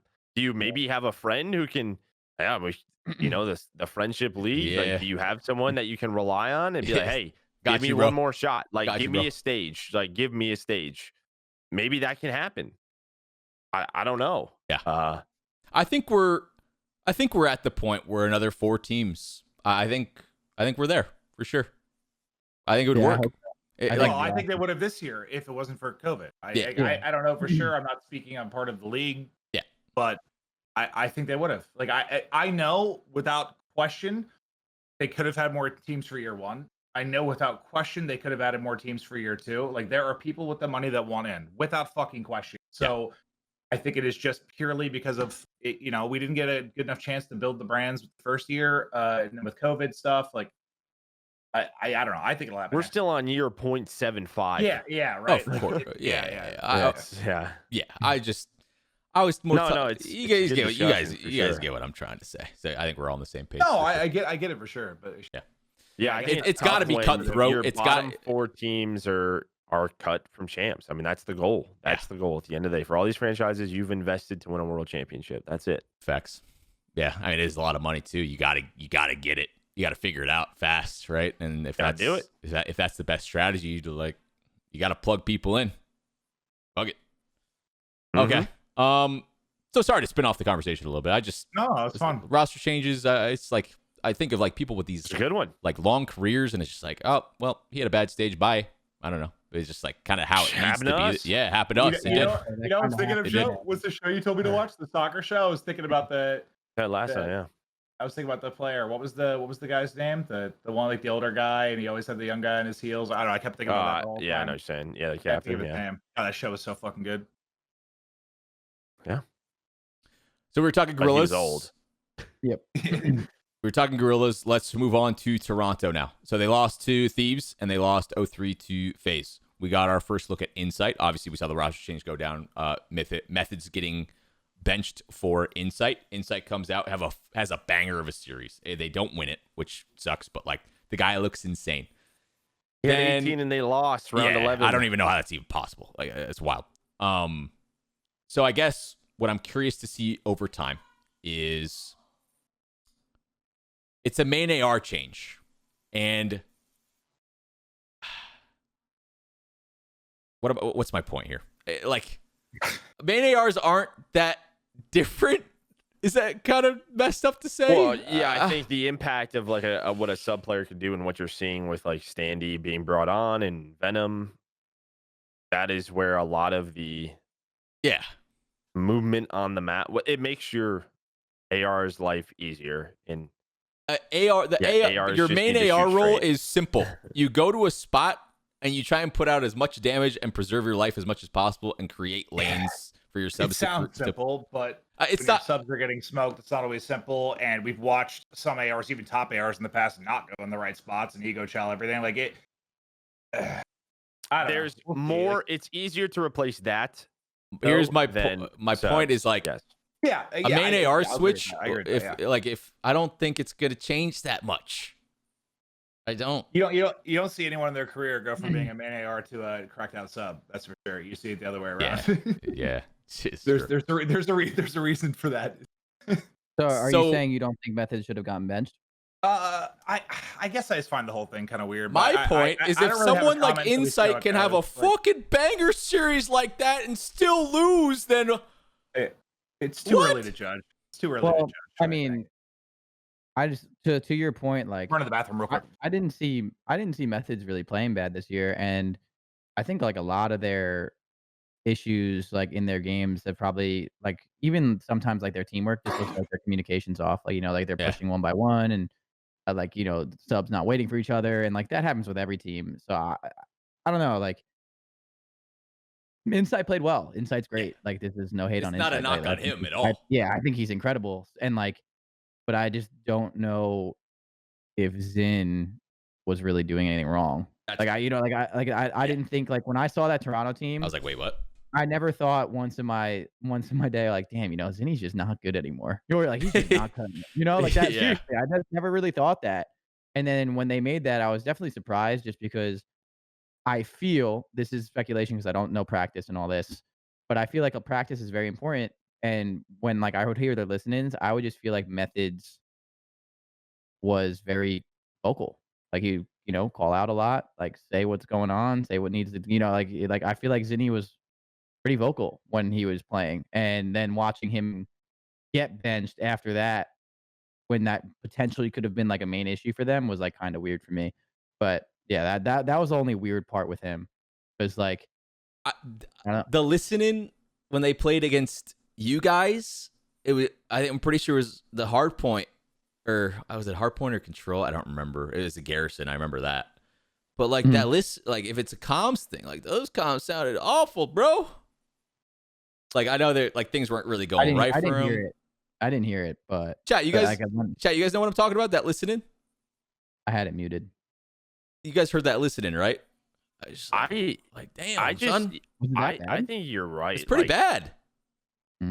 So what I thought based off stage one, when they played like Chicago and Atlanta like back to back, I thought they looked really solid. I just thought they made small mistakes. Yeah, I thought they looked like a really good team throughout stage one. I thought they were really solid. They were a few mistakes away from beating some of the best teams. So to this point, it's my question is just like, I don't know if Zin. We'll see how they continue to perform, but I think someone, kind of what we talk about, going from practice to matches. I think someone is freaking out. I think someone is airheading it, because every time they lost a really close match, you could kind of see the reactions of everyone sort of like looking around, like what just happened? Like, how did we kind of lose that? They would blow big leads in hardpoint. They would lose rounds like they shouldn't lose in search. I think someone, kind of like what we were talking about with LA Thieves, someone's making the wrong decisions. The talent is there. Like, I thought it was there with Zin. Like, Cammy and Kleenex were units. Bands was having a solid series. Like, Methodz didn't have to be a superstar. There were stars on the team. So, I mean, if you add another superstar, that's great. I just don't know if they needed more talent. It just felt like they needed more composure. Well, yeah. I see where you're coming from with that. And wait, someone in the chat, I don't know if this is a troll, they said they dropped Methodz because of his comms. That sounds like a cap. Is that true? Or was that just a troll? I don't think we got anything official that I don't think we know. The only thing I heard is that it was a like coaching decision, not like I was worried. I remember last year. No, that's baloney. It's bush. That's bush. A coaching that's bush. That is the players got together and went to the coach, and the coach told them. Okay, I was the reason I'm saying that is because last year when they had the changes, I was told by an unknown source that it was certain management and people for the Ultra that were making decisions that had no fucking idea what they were doing. But I was told this one was more the coaches. So if it was the players, whatever, that's fine. But it wasn't like a management thing, which was the case with the boy band last year. My understanding. Okay. I was just curious because I've teamed with Methodz. I would be very surprised if that was the case, because I just feel like he has good comms. I feel like that's not like has ever been an issue. I would have been. Well, didn't you coach him? He's slow as shit sometimes, but he's got good comms. No, yeah, but the communication. Like, motherfucker, go! You got to kill. Yeah, fucking go. Like I never have ever really thought of Zinni and was like, yeah, that guy just can't speak. I feel like that's like one thing he actually brings to the table. Yeah. Like I think he does well with that, and I think that's super important in this league. I love chicken parm. Talk about it. So even like the whole slow, like he has the least engagements per 10 minutes, but it's 2. It's 2 less than everyone else. He has 2 less than Bance. 2 less than Bance. Yeah, for 10 minutes in like a hard point. I don't know. So that whole thing that caught me by surprise when I heard it. I was like, really? Like, it was one of those things I was like, really? Like, I think Insight's incredible. He's been playing great, but still, I was like, I'm surprised that was the change. But I don't know. I'm not sure. Zuma said it, I guess. Zuma said it. Yeah, I don't know. I saw someone send in the chat saying it was just something where when I hear that, it's just a big question mark. Like, really? Like that just for how long I've known him and teamed with him, I just have never. Joe, that was his comms, or that it was the like that the players. No, if it was comms, it was comms. I don't know. The players always made the decision. Okay. I'm that's coming from a coach. Like, Joe, can you get me Toronto's next matches? Stuff, but Toronto's, yeah. I just had it up. Guerrillas, they play on Guerrillas in London. Guerrillas, London, and New York. Their last 3. The next 2 are winnable. Say that one more time. Sorry. Guerrillas in London are their next 2. Winnable. Yeah, very winnable. That dude. It just had to be. What said. Yeah, all I have to go off is that listening, and I'm like, someone cheer up! Someone say something. That was versus Faze, though, right? Yeah, it was versus Faze. But I think, feel like hold on. But no. The context, the context of the listening, they were down like 1 hard point, maybe like a hard point at like 80 seconds, I think, if I remember correctly. And it was so like map 1, I think. And I was like, oh, this is chalked. These guys, like, I don't know. I'm not saying like all the time when you're losing at a hard point, you need to be like energetic and super. I don't know. It's just like a vibe. I don't know how to describe it. Yeah. That's weird. I would also just say, look at the last time they played Faze. It was in the Super Week, in which they choked a raid hard point. I remember it like yesterday. They beat them on raid search, which was the only raid search, but the only search loss Faze has on that map. And they lost. We played them and it was close. Yeah, no, I know. That's what I'm saying. Like, I don't know. Yeah. Yeah. Okay, so they have Weird winnable. one for me. They have winnable matches. I think they need to come out and win both, like those first two. They have right. Yep. Absolutely. You got to come out and win those couple. But like London was looking better. Well, now it's a question though, like how long do you give this team, right? Because now it's a roster change. Like how long do you give like a insight to get? You got to give them a few weeks of practice. I don't know. I guess it's like it's Well, a lateral move. It's a lateral move, like going from Methodz to insight. Like what's gonna change? Like your AR is gonna drop a 1.2. Holy shit! No way! Like it's just yeah. Well, maybe though, like to what you're saying though, it's a lateral move. So like, yeah, we kind of agree on that. Like, insight's good, Methodz is good, whatever they bring to the table doesn't matter. But if they, don't do well here, and they, I don't think this team has much time, because I think if they were not to do well in these next couple of matches coming up, I think that now clearly that was not the issue, right? And now the other three, depending on who's playing good and bad and stuff, will be immediately looked at like, well, you guys said it was comms or whatever it was that we're hearing in the chat. It's like, well, it wasn't. So now what?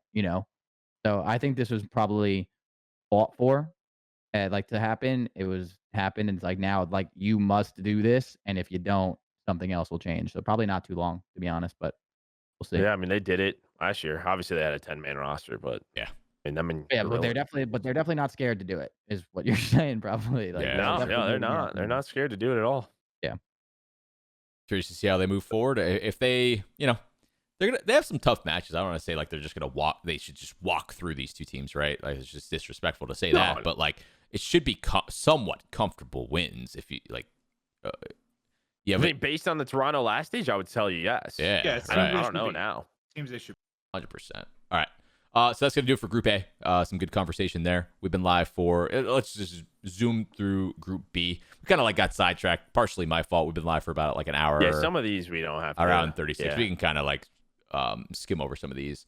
Optic, they look good. Dallas, that series, I guess we could talk about the Dallas-Seattle series. I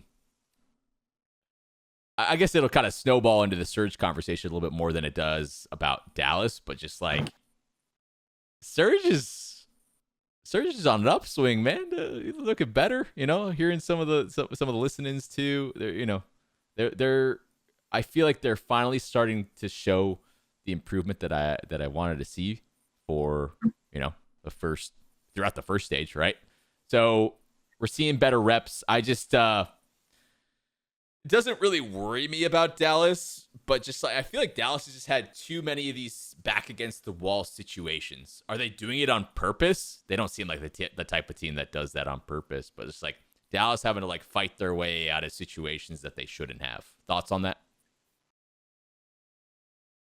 Sorry, ask that one more time. Well, I think he's just saying like they're going to a lot of long series. I mean, I don't know. It kind of reminds me of, I guess, Faze a bit last year. Or I mean, as long as you're winning, but it's not as clean as it should be. It wasn't that clean in stage one, and then they got to a final. Yeah, exactly. Like it could be something that helps them. It could be something that helps them in the long run. I think it's a sign that team's not clicking the capacity we think they can at all times. I don't know. I think they'll be fine. Like I think we all thought that they'd be a top 2 team. I think they're just going to get better and better, especially at like search and shit. So I'm not worried. But I think Chris, do you see similarities all like your team last year in a way? Like when you guys had that stretch of tons of games 5s, like what? Well, yeah. So every time if you consistently have longer series, usually it's like, all right, guys, like, some of these teams we probably shouldn't be going like, to the wire like that when like they have such a good team. But it's also like a win is a win, but like it depends on like your attitude about it. Like I think like a team like Dallas, it doesn't really worry me. And the reason I say that is because like the more maps they get to play and the more they like, the more they see is wrong with their game, I'm really confident with Rambo and Crim and the motivation of the other 3 that they'll, fix it pretty quickly, or like, try to at least. I also think it's sometimes you don't want this to be a consistent thing, but when you're not on your game and you're still winning those close series, which I don't think Dallas probably played to their best ability when they played some of their matches, right? And they're still winning the series.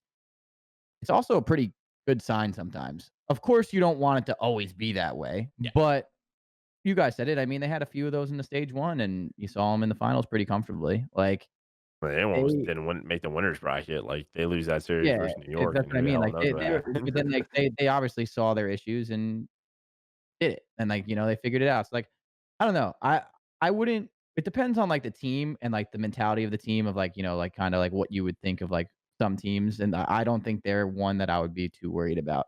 If it would be consistently, a couple of matches from now and it's still the same thing over and over and over and over again, that's where you kind of start thinking like, all right, like we have these mistakes and we're not really getting them fixed. That's like kind of what we ran into last year, I'd say. Like when we like Atlanta Faze was like going to game 5s, and at first I was like, yeah, we're not firing on all cylinders right now, but we're still winning. And then it was like, okay, guys, well, we're never firing on all cylinders right now. So what the hell is going on? Like we have to find a better recipe to get better. And that's like what we did towards the end of the year. So it's the same thing. Like I think it's a good thing, and it's only a bad thing if they let it be. And I don't think they're the team to really let it be. So we'll see.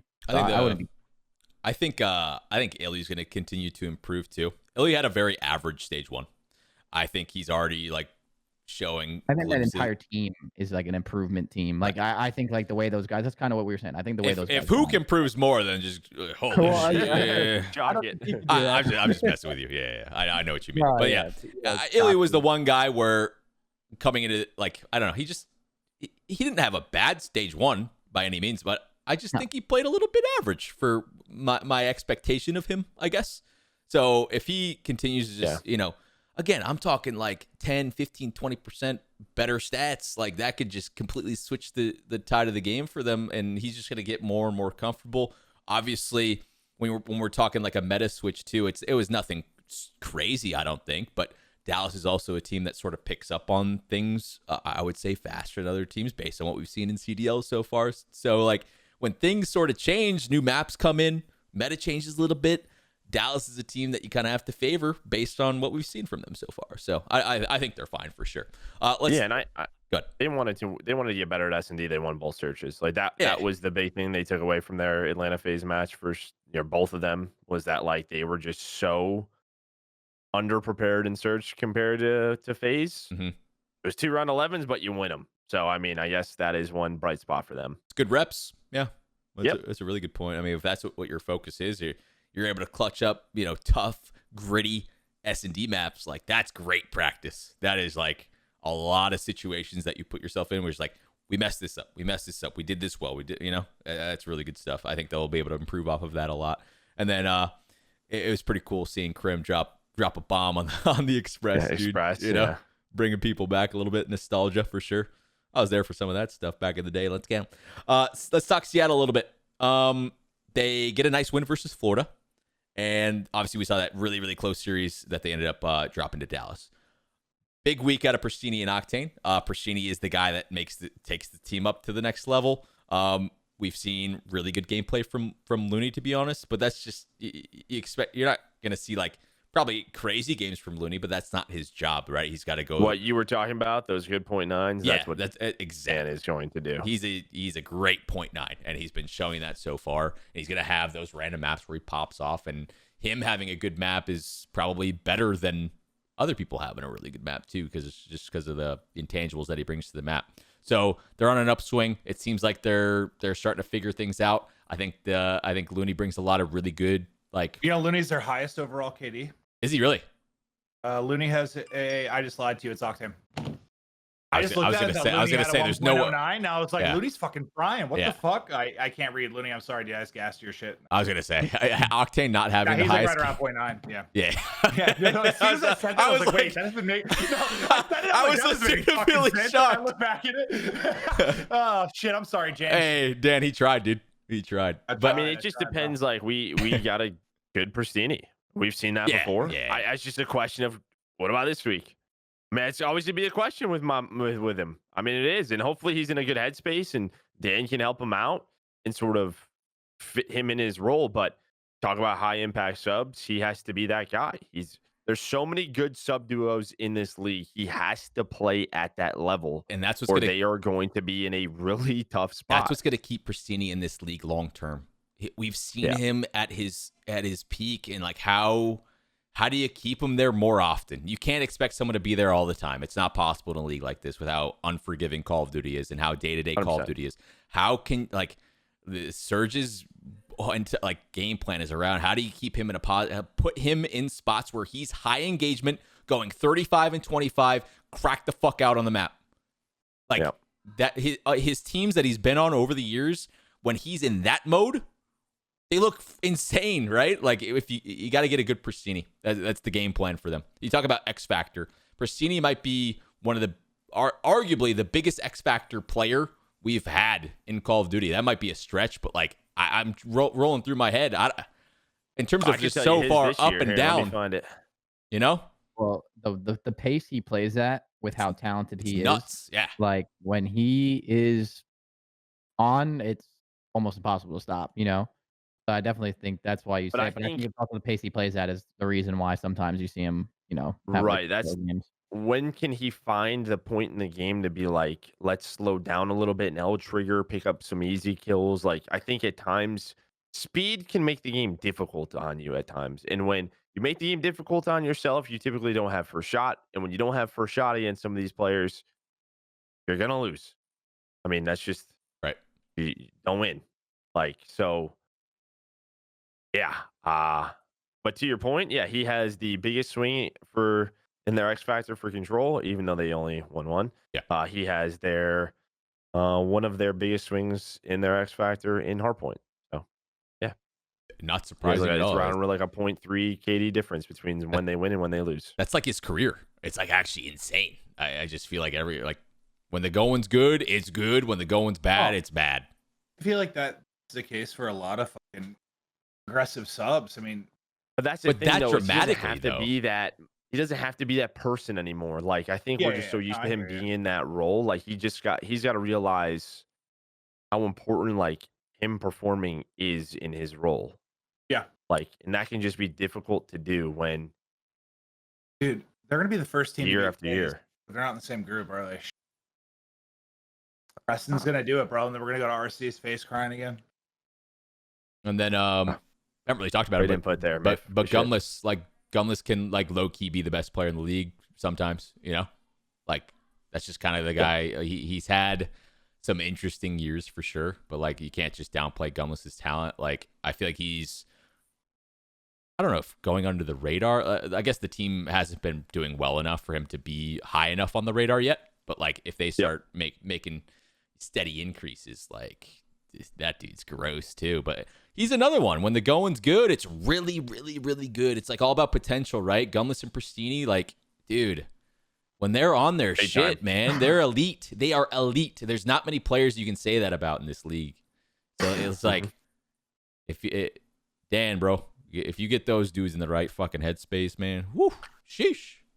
I mean, you talk about their group, depending on, I mean, because did they beat Minnesota? They beat Minnesota, right? They play them last. Or they play them last. They beat Florida. Optic. They play before. I mean, you talk about they play Røkkr, and what's their other match? I mean, they had Paris. So they would have to beat Paris and Røkkr. They have a chance to get top 3 in this group. I mean, with Opti and Dallas, like. 100%. Ooh, then they play Faze. I mean, Røkkr basically is going to have to go 3-1 with the new roster to maybe make it. But yeah, I mean, they have a chance to get top 3, which would be a huge swing for them. A big momentum boost too. That's just something that roster needs to. Like, it's like a breath of fresh air. You're like, finally, we're doing some shit right. It's like a roster like that, or just the Surge as a franchise needs that. You know, they need it bad. As a franchise needs that. Why do I hear myself? That was my fault. I thought I was my like, mic, whoa. my Twitch unmuted your Twitch. James, got it. I'm sorry, Maven. Okay, so we talked Seattle. Let's talk Florida. So obviously they lost the one to Seattle, and then they beat Røkkr 3-0. Røkkr obviously makes a roster change too. I think we'll probably spend the majority of the rest of our time talking about Røkkr. Quick thoughts on Florida before we move on. Awakening just had a bad series. The first series, he had a pretty bad, like his first off series of the year. I think this is a team that still is getting better. I think one good thing for them is when Sky's played really well versus Røkkr, and I think they need Skies. I think it's like the one missing kind of piece for them. Yeah. I still like the overall roster. Me too. I do. I think they have. I think they have all the pieces. That's just how consistent can they get. Well, we'll see if they improve, because we know Florida is a team that they will hit the button. I guess as time goes on, it's a matter of like, how much time do you give Skies? He's been like, I guess we just expect him to be at that elite level. We haven't really seen it. I think the last couple of years you give him a lot. I mean, I don't think. Yeah. So I was kind of like, yeah, I'm glad you answered that question because I'm on the same page as you. And then, will their sub duo stand up for the whole year? I don't know. Maybe not. I don't think it's not at like blow it up phase yet, but like that's just kind of the conversation that you need to start having if they start, losing some of these middle tier matchups. It's just you kind of have to. If we're having it about other teams, I guess you have to about this team too. Yeah, I think. I mean, Slacked has a 0.87 in Hardpoint, 0.76 in S&D. I mean, you play those 4 out of 5. Yeah. Needs to get better. Got to be better. Yeah. Needs to get better for sure. Paris, they go 1-1 as well. They lost. I don't think I watched the series versus Chicago. They didn't look pretty that. Close. Yeah, they didn't look that bad. And then they beat the Røkkr too. Røkkr just kind of looked like a mess. So Fire struggled in the Optic series at being second sub and a little bit of role switch up for Paris, right? Yeah, so they have Fire running second sub now, Scraps running second AR, which I think is fine because when we've seen Scraps at his best, it's been running flex, so I'm cool with it. Yeah. But this is Fire played pretty solid in their win. I forget who they beat. They 1-1? Røkkr. Yeah, they beat Røkkr. So yeah. I guess everybody, Yeah. He looked pretty solid there. But against Optic, he got smoked. Yeah. So that is the one worry. But maybe he just needs more time as the second sub. Yeah. And it's also Optic, and they've done that to plenty of people. Yeah, that is a fact. Let me pull up this stats for Fire really quickly. Oh yeah, he got absolutely smoked in that series. Yeah, 0.74. Minus 19, yes. Really That low. was Optic. Like really low damage too. Yeah, against Optic. Yeah, that's gonna happen. I mean, Yeah, the other 3 are round to 1. I mean, this is just it's an interesting team because they are exceeding in sort of the respawns against teams that aren't the top like 4, like basically. It's just their search that struggled in stage 1, and they're a pretty darn good respawn team. But when you're a pretty darn good respawn team, you have to be able to beat the best at respawn. And well, this is gonna sound crazy. So we were talking about how vets have a ticking time bomb until they're gone. Like how many more bad games or whatever. And of course, Fire didn't play well against Optic. I mean, playing well against Optic is not the easiest thing, especially when you're like more of a new player. Yeah. Like, do you think his spot's on the line at all? No. Like, if you don't think so? Like, if he doesn't play well. But the only reason why I say that is because of the MajorManiak thing. I think like having people like him just kind of we haven't gotten to that yet. Yeah. Just kind of sitting around. I feel like that's like the thing where it's like MajorManiak's a really good search player, right? Like an incredibly good search player. He will hold his own against top teams. This. Like, you know what I mean? Like where you're going. I don't know. I don't see why that's a far off move. Like potentially, I'm not saying like get rid of the guy now because obviously he's got plenty of stuff to work for and he's still super young. Right. I don't know behind the scenes like attitude and scrims and stuff too, but like you have really good people right now, like with Temp, getting benched and Major getting benched, depending on like what you could do. Like there's a lot of talent as well, waiting to be saying like, "Hey, Temp, I'm here." Yeah. So, actually, People love playing with Nicky D. Like, People love playing with Nicky D. Do you pick Fire over Temp? You pick Fire over Temp, Fire over Major. Like that's where it gets tough. I would. That's where you're now scared if you aren't performing against the bigger teams. Of course, this is one match where like this is such a hypothetical. I'm just like putting this in the air just to think of like what you guys thought of it. So this is more of a question. Yeah. But I don't know. Like like there's a lot of good players now sitting on benches that are waiting to get that opportunity that also might kick him in the ass a little bit and be like, this is like, the hunger comes back, right? Like, all right, I'm off the bench. Now I'm getting my revenge. So Mm. I like if you're in that spot too, you like there's a lot of pressure there, right? Because of like Right. those potential moves, depending on obviously logistics of salaries and all this other stuff. But still, like, I don't know, just something to think about. I don't think it's like something where they have to do now, but it's just kind of an idea to throw in the air. Right too. And if he's one of the people shifting roles, you want to give him some time Yeah, exactly. to adjust. That's why I'm not being super hard on him. Like it was just something like But that's what sucks for him. He's the in a other tough side spot of to it, switch rules and he doesn't do if you're good, and getting it's like, if you're oh, getting your role switched, something's wrong. potentially. Yeah, I'm wondering know? if that was maybe Potentially. to try to get more out of scraps, though. Yeah. Like, Is it on the scrap side or Yeah. is it the fire side? Yeah. So right, just to like kind of what I say, You can like get a lot of activate his him a little scraps bit out while more. he's been playing. Yeah, like Right. in previous years. So yeah. Exactly. just So like, I don't know. roll Maybe switch scraps just- wanted it. yeah, role switch just isn't easy to just like I don't know. No, there's a whole bunch of different timings and things you got, like routes you learn. Oh, Paris! I enjoy watching this team. Like every too. single match they play Same. it's usually pretty competitive. It's close. They're a good respawn team. Then you get a little bit more competitive in search. I think, yeah. I mean, they have a shot. I mean, they're kind of in that Seattle group where they're sitting at 1-1. Yeah.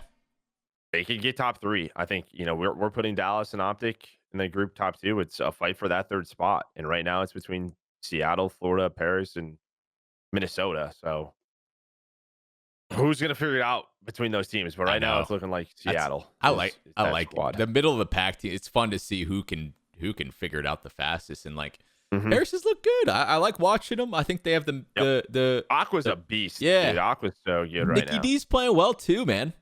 Really Yep. is. Yeah, curious to see if they're going to be able to. What's their matches? Paris. Let me see. Pull it up for you. They play Empire and who else? Rough and Surge. Surge. That's that huge match- Sunday. That's a big That match. match is A huge. lot of implications on that one. Okay, I'm making sure I catch that one. That one's Alright. huge. Cool. That'll be like a good indicator for me about both of those teams too. Like Both those. who can like. That's like a huge match. You got to bring the fire for that one. No pun intended. Okay, so Mhm. we talked Paris. Minnesota's the big one. Crowder already brought it up too. So roster change happened. Major's gone.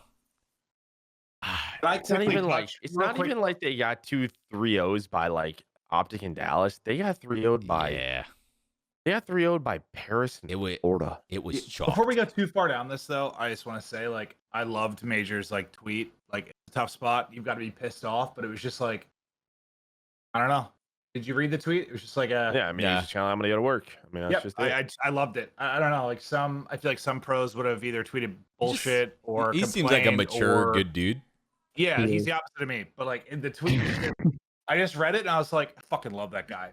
Yeah. Like, put my head down. I'm gonna grind. I'm back. He's by far one of the best people I've met in the scene. Like, he's a super genuine dude. He works hard. He brings 100% to practice every day. He's incredibly talented. Honestly, kind of surprised with everything I'm saying. He got dropped. you in love with him? But yeah, he will be back and He in was his full force. teammate last year. Yeah.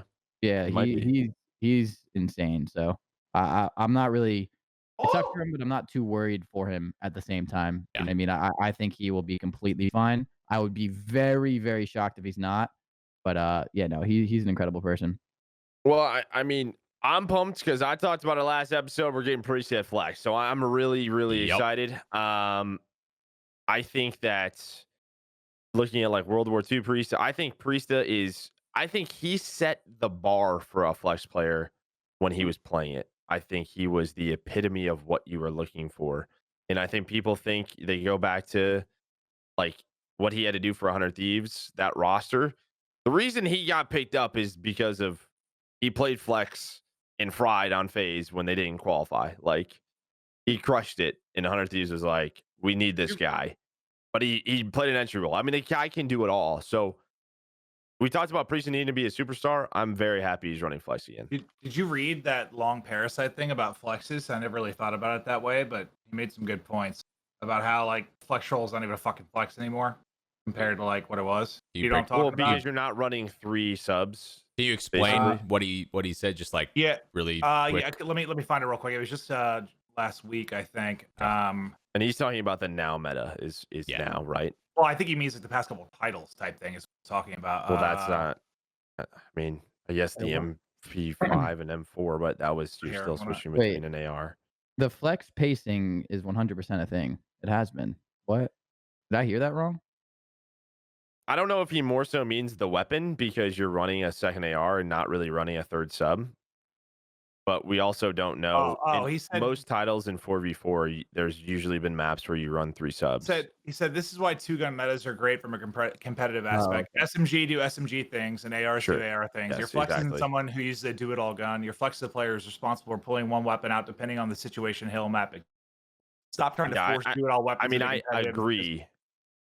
But Yeah, no, I that's just right thought that now. was You don't know what that will turn into. And there was a point like where a lot of people were trying out 374Us. I think Christian. There was, and I was gonna Yeah. say I view the flex player as just like someone who can, like, no matter what meta gets thrown at Preston or Priesta, he can use and confidently.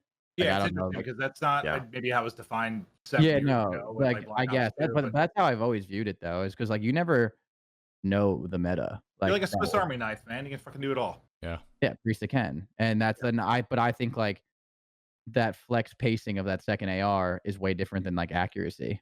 Like I don't think Priest is running at the same pace as Lamar Yeah, is. no Like shot.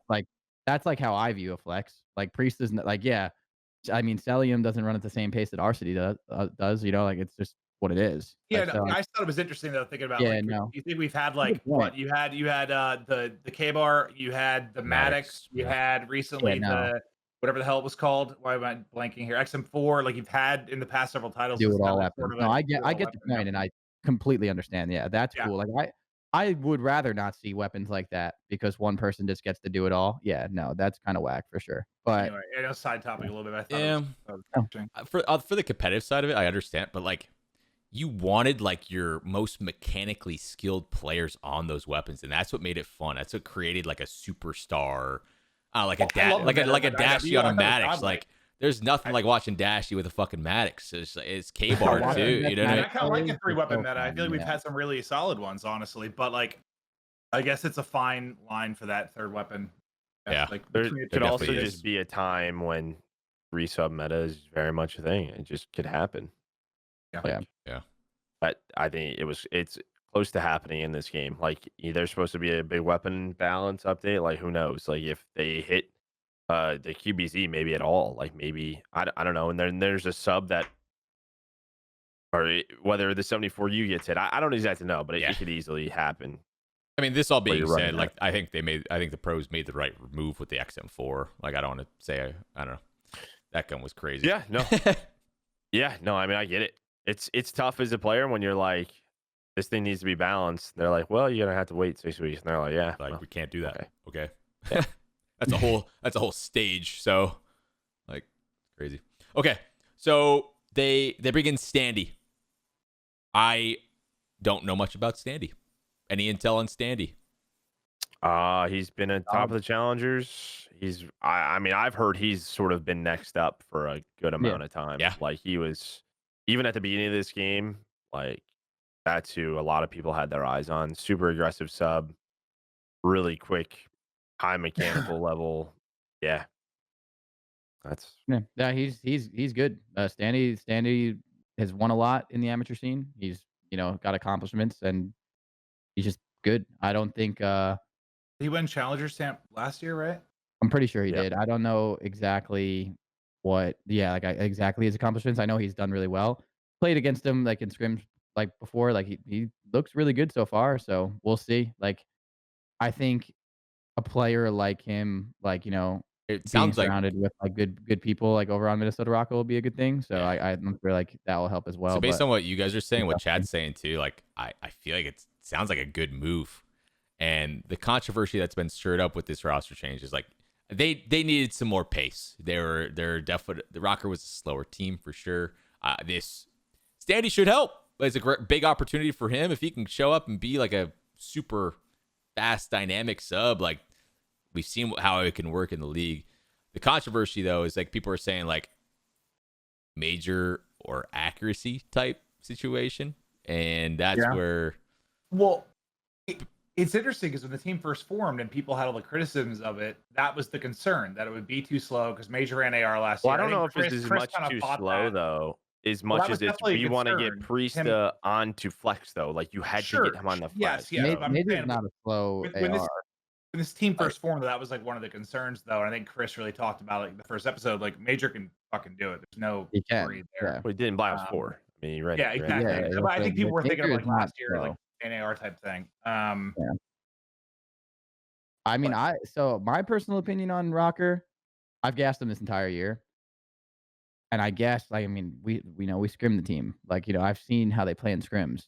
They're not what we're seeing in matches is not that is not the Røkkr that I know. The definition of really That's needing what to perform like they practice. My thing with them is I'm gonna be honest, like there's something more than like the whole pacing gimmick with them. To me, I don't really think is like I know it's like an easy way to just explain things and be like, yeah, their pacing's off, here we go, switch. But like there's something else there, man, that's not getting transferred from scrims to their games. That's it. Like that's genuine. I think they're all. I mean, good friends with all those guys. I respect them highly. I've gassed them on this podcast time and time again. But there's something that is going wrong when match day comes because the team that I see in practice a lot of the times, like they look great. Like they have every tool available. This is with their old roster. Like their pacing looked pretty good. Like I don't know. Like I don't know. Like I think can't be 2-9 at hardpoint. I mean that's what like, it's like surprising to me. That's it's like surprising. So it's like I this will definitely probably help Priest to get more comfortable. A comfortable Preston is incredible. We know that. I'm just curious. Like I wonder like what's going on that's causing that because I really don't think it's just like this like it's not a talent thing. They all have the talent. Like they have a really talented team. It's like it's not a like Major is not too slow. Like I don't know. Like I just this is the biggest head scratcher of the entire league. I think there's something else that's going on where like when they show up, it's just like these little mistakes just keep happening. So I think like to negate that is where you're like kind of looking at. So I wonder. I have no idea. It was confusing to me because I've seen them play in practice, and I think they're a great team, like full with like great people. So I don't know how like things keep drop Ryan Saint, pick up TeeP, dude. That team turns around 8-0. Come on, Ryan's a good coach. But I know you're just being yourself. No, but thanks, Baldy. In match problems, they're usually not a coaching thing. Yeah.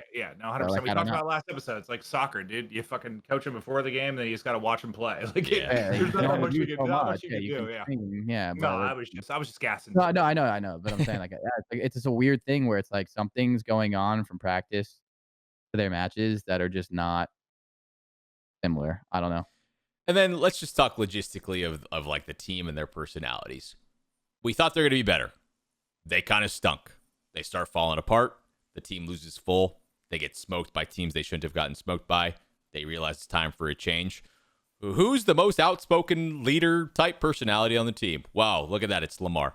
Who probably has control of the team? I'm going to go ahead and say Lamar and Attach have control of the team.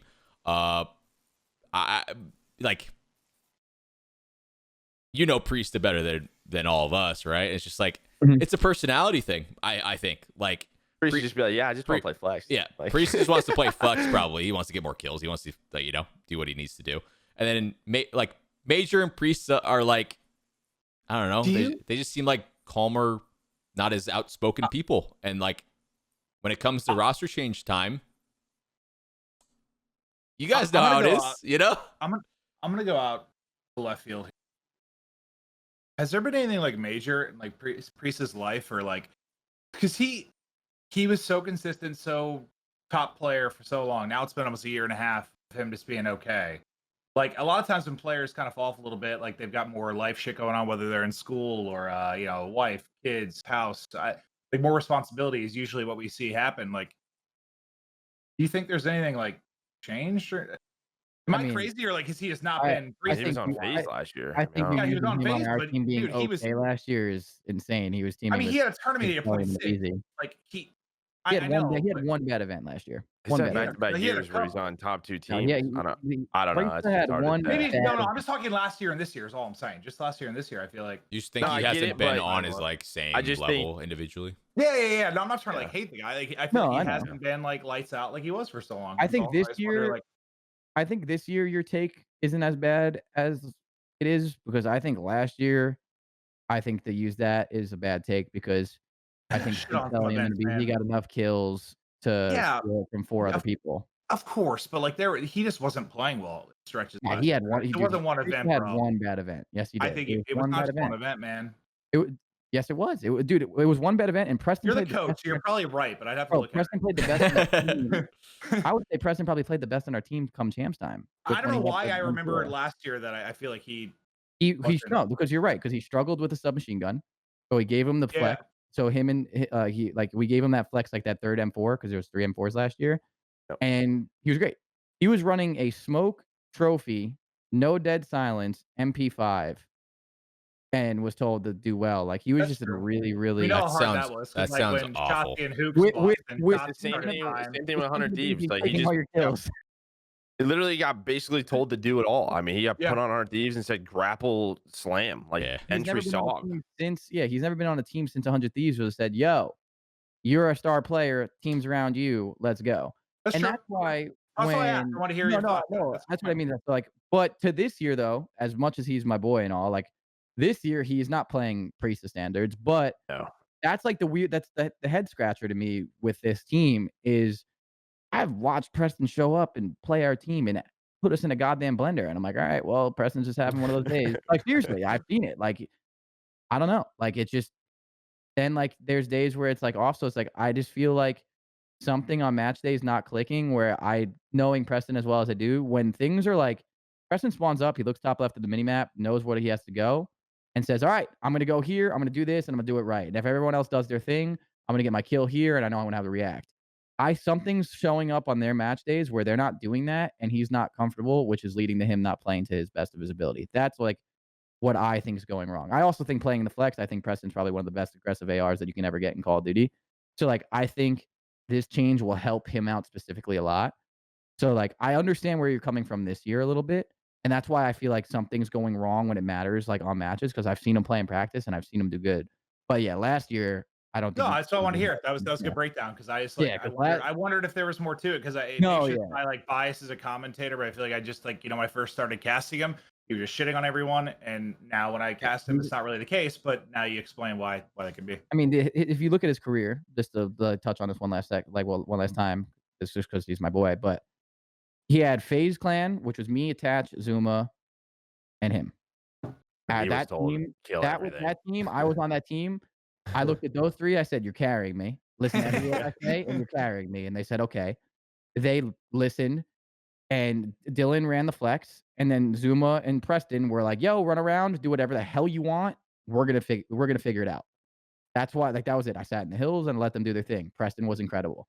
He joins 100 Thieves.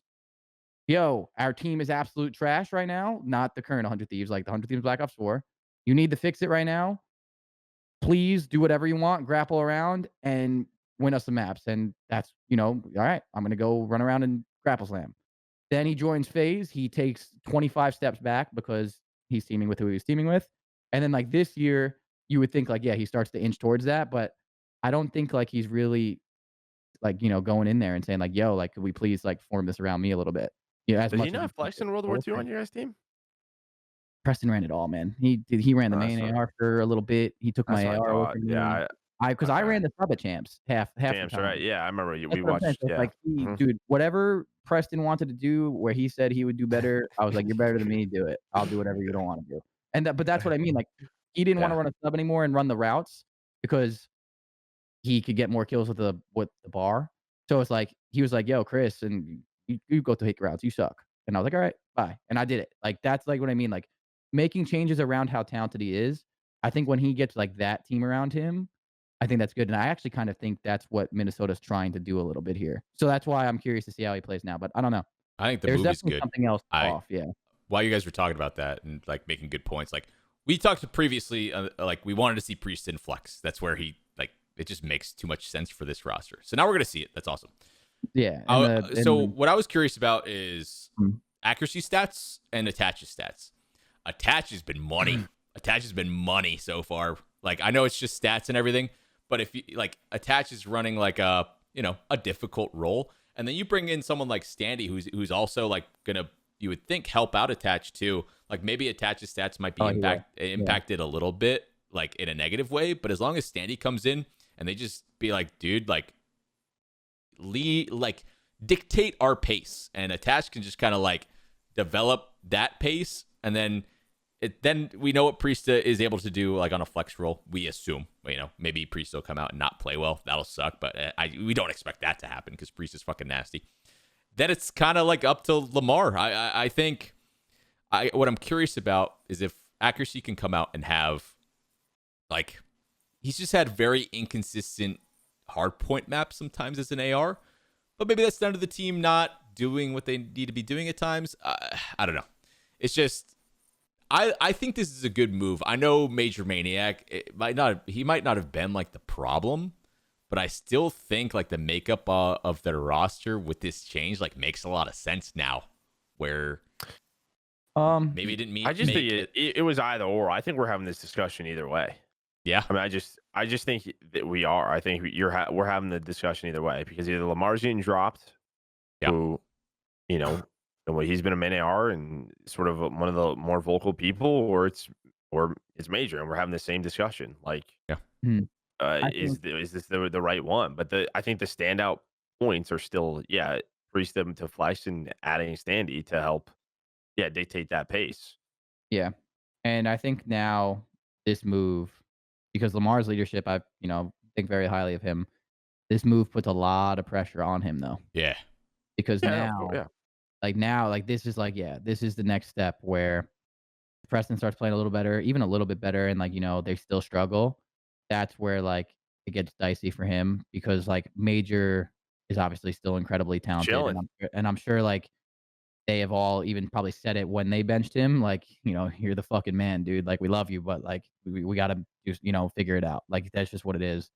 So it's there's now a lot of pressure on him, I would say, in my opinion. I think the way this team is, we'll see. But I know I keep saying it. I just still think, no matter stats, whatever you want, I just think something right now on match day has just been off. And I think if they can figure that out, I think they'd be good with their old roster. And I think maybe with this new roster, the honeymoon phase 2 can help that. That's potential. So we'll see. I'm kind of curious to see how they play out.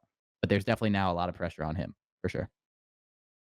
Excited for Staaandy too. A big opportunity for him to come in and we kind of gassed up the Røkkr team going into this year, underperformed. This is a roster that should be doing well also. So super excited to see how some of these middle of the pack teams perform in these big implication matches, right? Those are the ones that I'm going to be keeping my eyes on. Teams have solidified themselves as our top teams, and it's up to these middle of the pack teams and lower tier teams to actually make some meaningful changes to shake shit up a little bit. As of right now, I have no confidence in a lot of these teams to get an upset versus our top 3, top 4 teams. So it's we keep talking about CODs any given day. It's just a lot of these series, it just seems pretty cut and dry when I'm watching. There's there's clear leaders in the league right now. The next couple of weeks of this stage are going to be but I think tell me a lot. A move like this for Minnesota, a move like that for LA Thieves, in the positions they are, this is kind of now where I think teams maybe your Dallas and your New Yorks and your Optic, you're gonna start getting because those teams that are making the roster changes, typically when you make a roster change, you usually get better.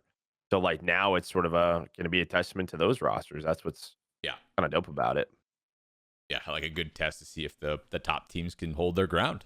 100%. And if the teams do get better from these changes, it should lead to just better matches overall. I don't know, some of the matches can be pretty straightforward. I don't know. I want to see closer series too, and teams getting more consistent and having better, people in specific roles should lead to that, you would think. So, big roster changes, opportunity for these teams to win some big matches in the matches coming up for the rest of the stage. And again, these group play matches go into the major. The seeds from the major are dictated off of these matches that you guys are watching on the weekend. So pretty big stuff. Top 3 teams obviously have a chance to have a good spot going into the major, and then teams starting from loser. A lot of implications here. So the James, schedule, you did great today. Yeah, James killed it, bro. I'm gonna bring up the schedule. Talks, bro. There you go. I'm bringing up the schedule for stage 2, week 2, and that's starting on Thursday. Bang. So right here we got on Thursday we have Dallas versus Paris, and then Chicago versus Minnesota. Friday we have Thieves and London, New York and Guerrillas. Saturday we have New York versus London, Faze versus Thieves, Ultra versus Guerrillas, and then on Sunday we have Legion versus Surge, Empire versus Røkkr, and Chicago versus Florida. Pretty good matches. Can't wait to watch it. I'm sure you two will be absolutely killing it with the casting. You guys know which days you're casting yet, or no? I think it's Saturday, Sunday. Yeah, Saturday, Sunday. Yeah, we're every Saturday and Sunday, the second and third match, to my understanding. Nice. Cool. Well, I'm excited. All right, Crowder, good luck in the rest of your matches for the stage, That's my buddy. gooch right there. You're my gooch, baby. Absolutely. Good luck casting, gentlemen. You guys are absolutely amazing. I like listening to you. Joe just listens to Clint be just so dumb all the time. Props to you, Joe. I can't believe you have to deal with this guy. Hard carry, Joe. This guy He's probably won the award. we just did almost a 2.5 hour episode, and he was probably on Path of Exile. He was on Path of Exile the whole the time. entire I'm so time. annoyed. You the crafted entire time. What the fuck? I did that for like 5 minutes at the beginning of the show. You have crafted like 4 pieces of equipment, probably. I 100%. haven't loaded the game once. I looked at a theory crafting site for 5 minutes at the beginning. That's all I did. I told you guys I wouldn't have a ton to talk about. I was gone all week. You said you were asked questions. I don't know. You did. I was talking with the chat a lot. I was talking in the chat. Chat loves you. That's it. Chat, Yes, like, like, in the 2 chat, questions. It's like your first time ever talking to chat. They're pumped up. What do you? Hell yeah. Well, they're dumb as fuck. I want to give them some love. All right, guys. That's gonna do it for the episode. Chat, thank you guys so much for contributing, hanging out, giving your input, and just having some fun. I appreciate y'all. Yo, Crowd, are you streaming after this or no? Nah, I'm going to bed. Anybody, you guys aren't streaming? Yeah, you two aren't streaming. All right, guys. Make sure you guys follow the boys. We stream basically every single morning, playing some Warzone. Sub to their YouTubes. Follow them on Twitter. You can see their ads on there. I know we gotta get some BTB games in. We like Can barely. I craft my fucking ring Yeah, now? you can. Yeah, You you can, can leave, go, bro. No one dude. wants You're you. so annoying. I'm just Chat, kidding. we love you. When are we gaming together? Tomorrow afternoon? I'll or be on something? tomorrow morning, so I don't know. Joe and I have a rehearsal. Oh, in the morning? It's at like 11 my time or something. So I'm Oh. probably gonna do like an afternoon/night stream or something. I mean, I'll be on by the time you're done. Then probably. Oh Still. yeah. Yeah, I have a dentist appointment, so then I'll be on after that for a few hours, and then I got to do that. Oh, Wait, so so easy, wait. man. Someone gets to be in your mouth. Ooh. Okay, dude. I got an 8:30 a.m. Who's, dentist appointment. We're cut. 8:30, so you're not going to be Don't on? say that. Maven? I'll be on around 9:30 when I'm back. It's just a cleaning. Oh, man, I'm going to be sad. All right. Well, I'll be on. Let's fucking play. Crowder, I'll be on in the morning, bro. Text the chat when you're on then. All right, guys. Chat, we All right. love you. We'll catch you on the streams. Have a good night, everybody. Man, BTB, I love you. man.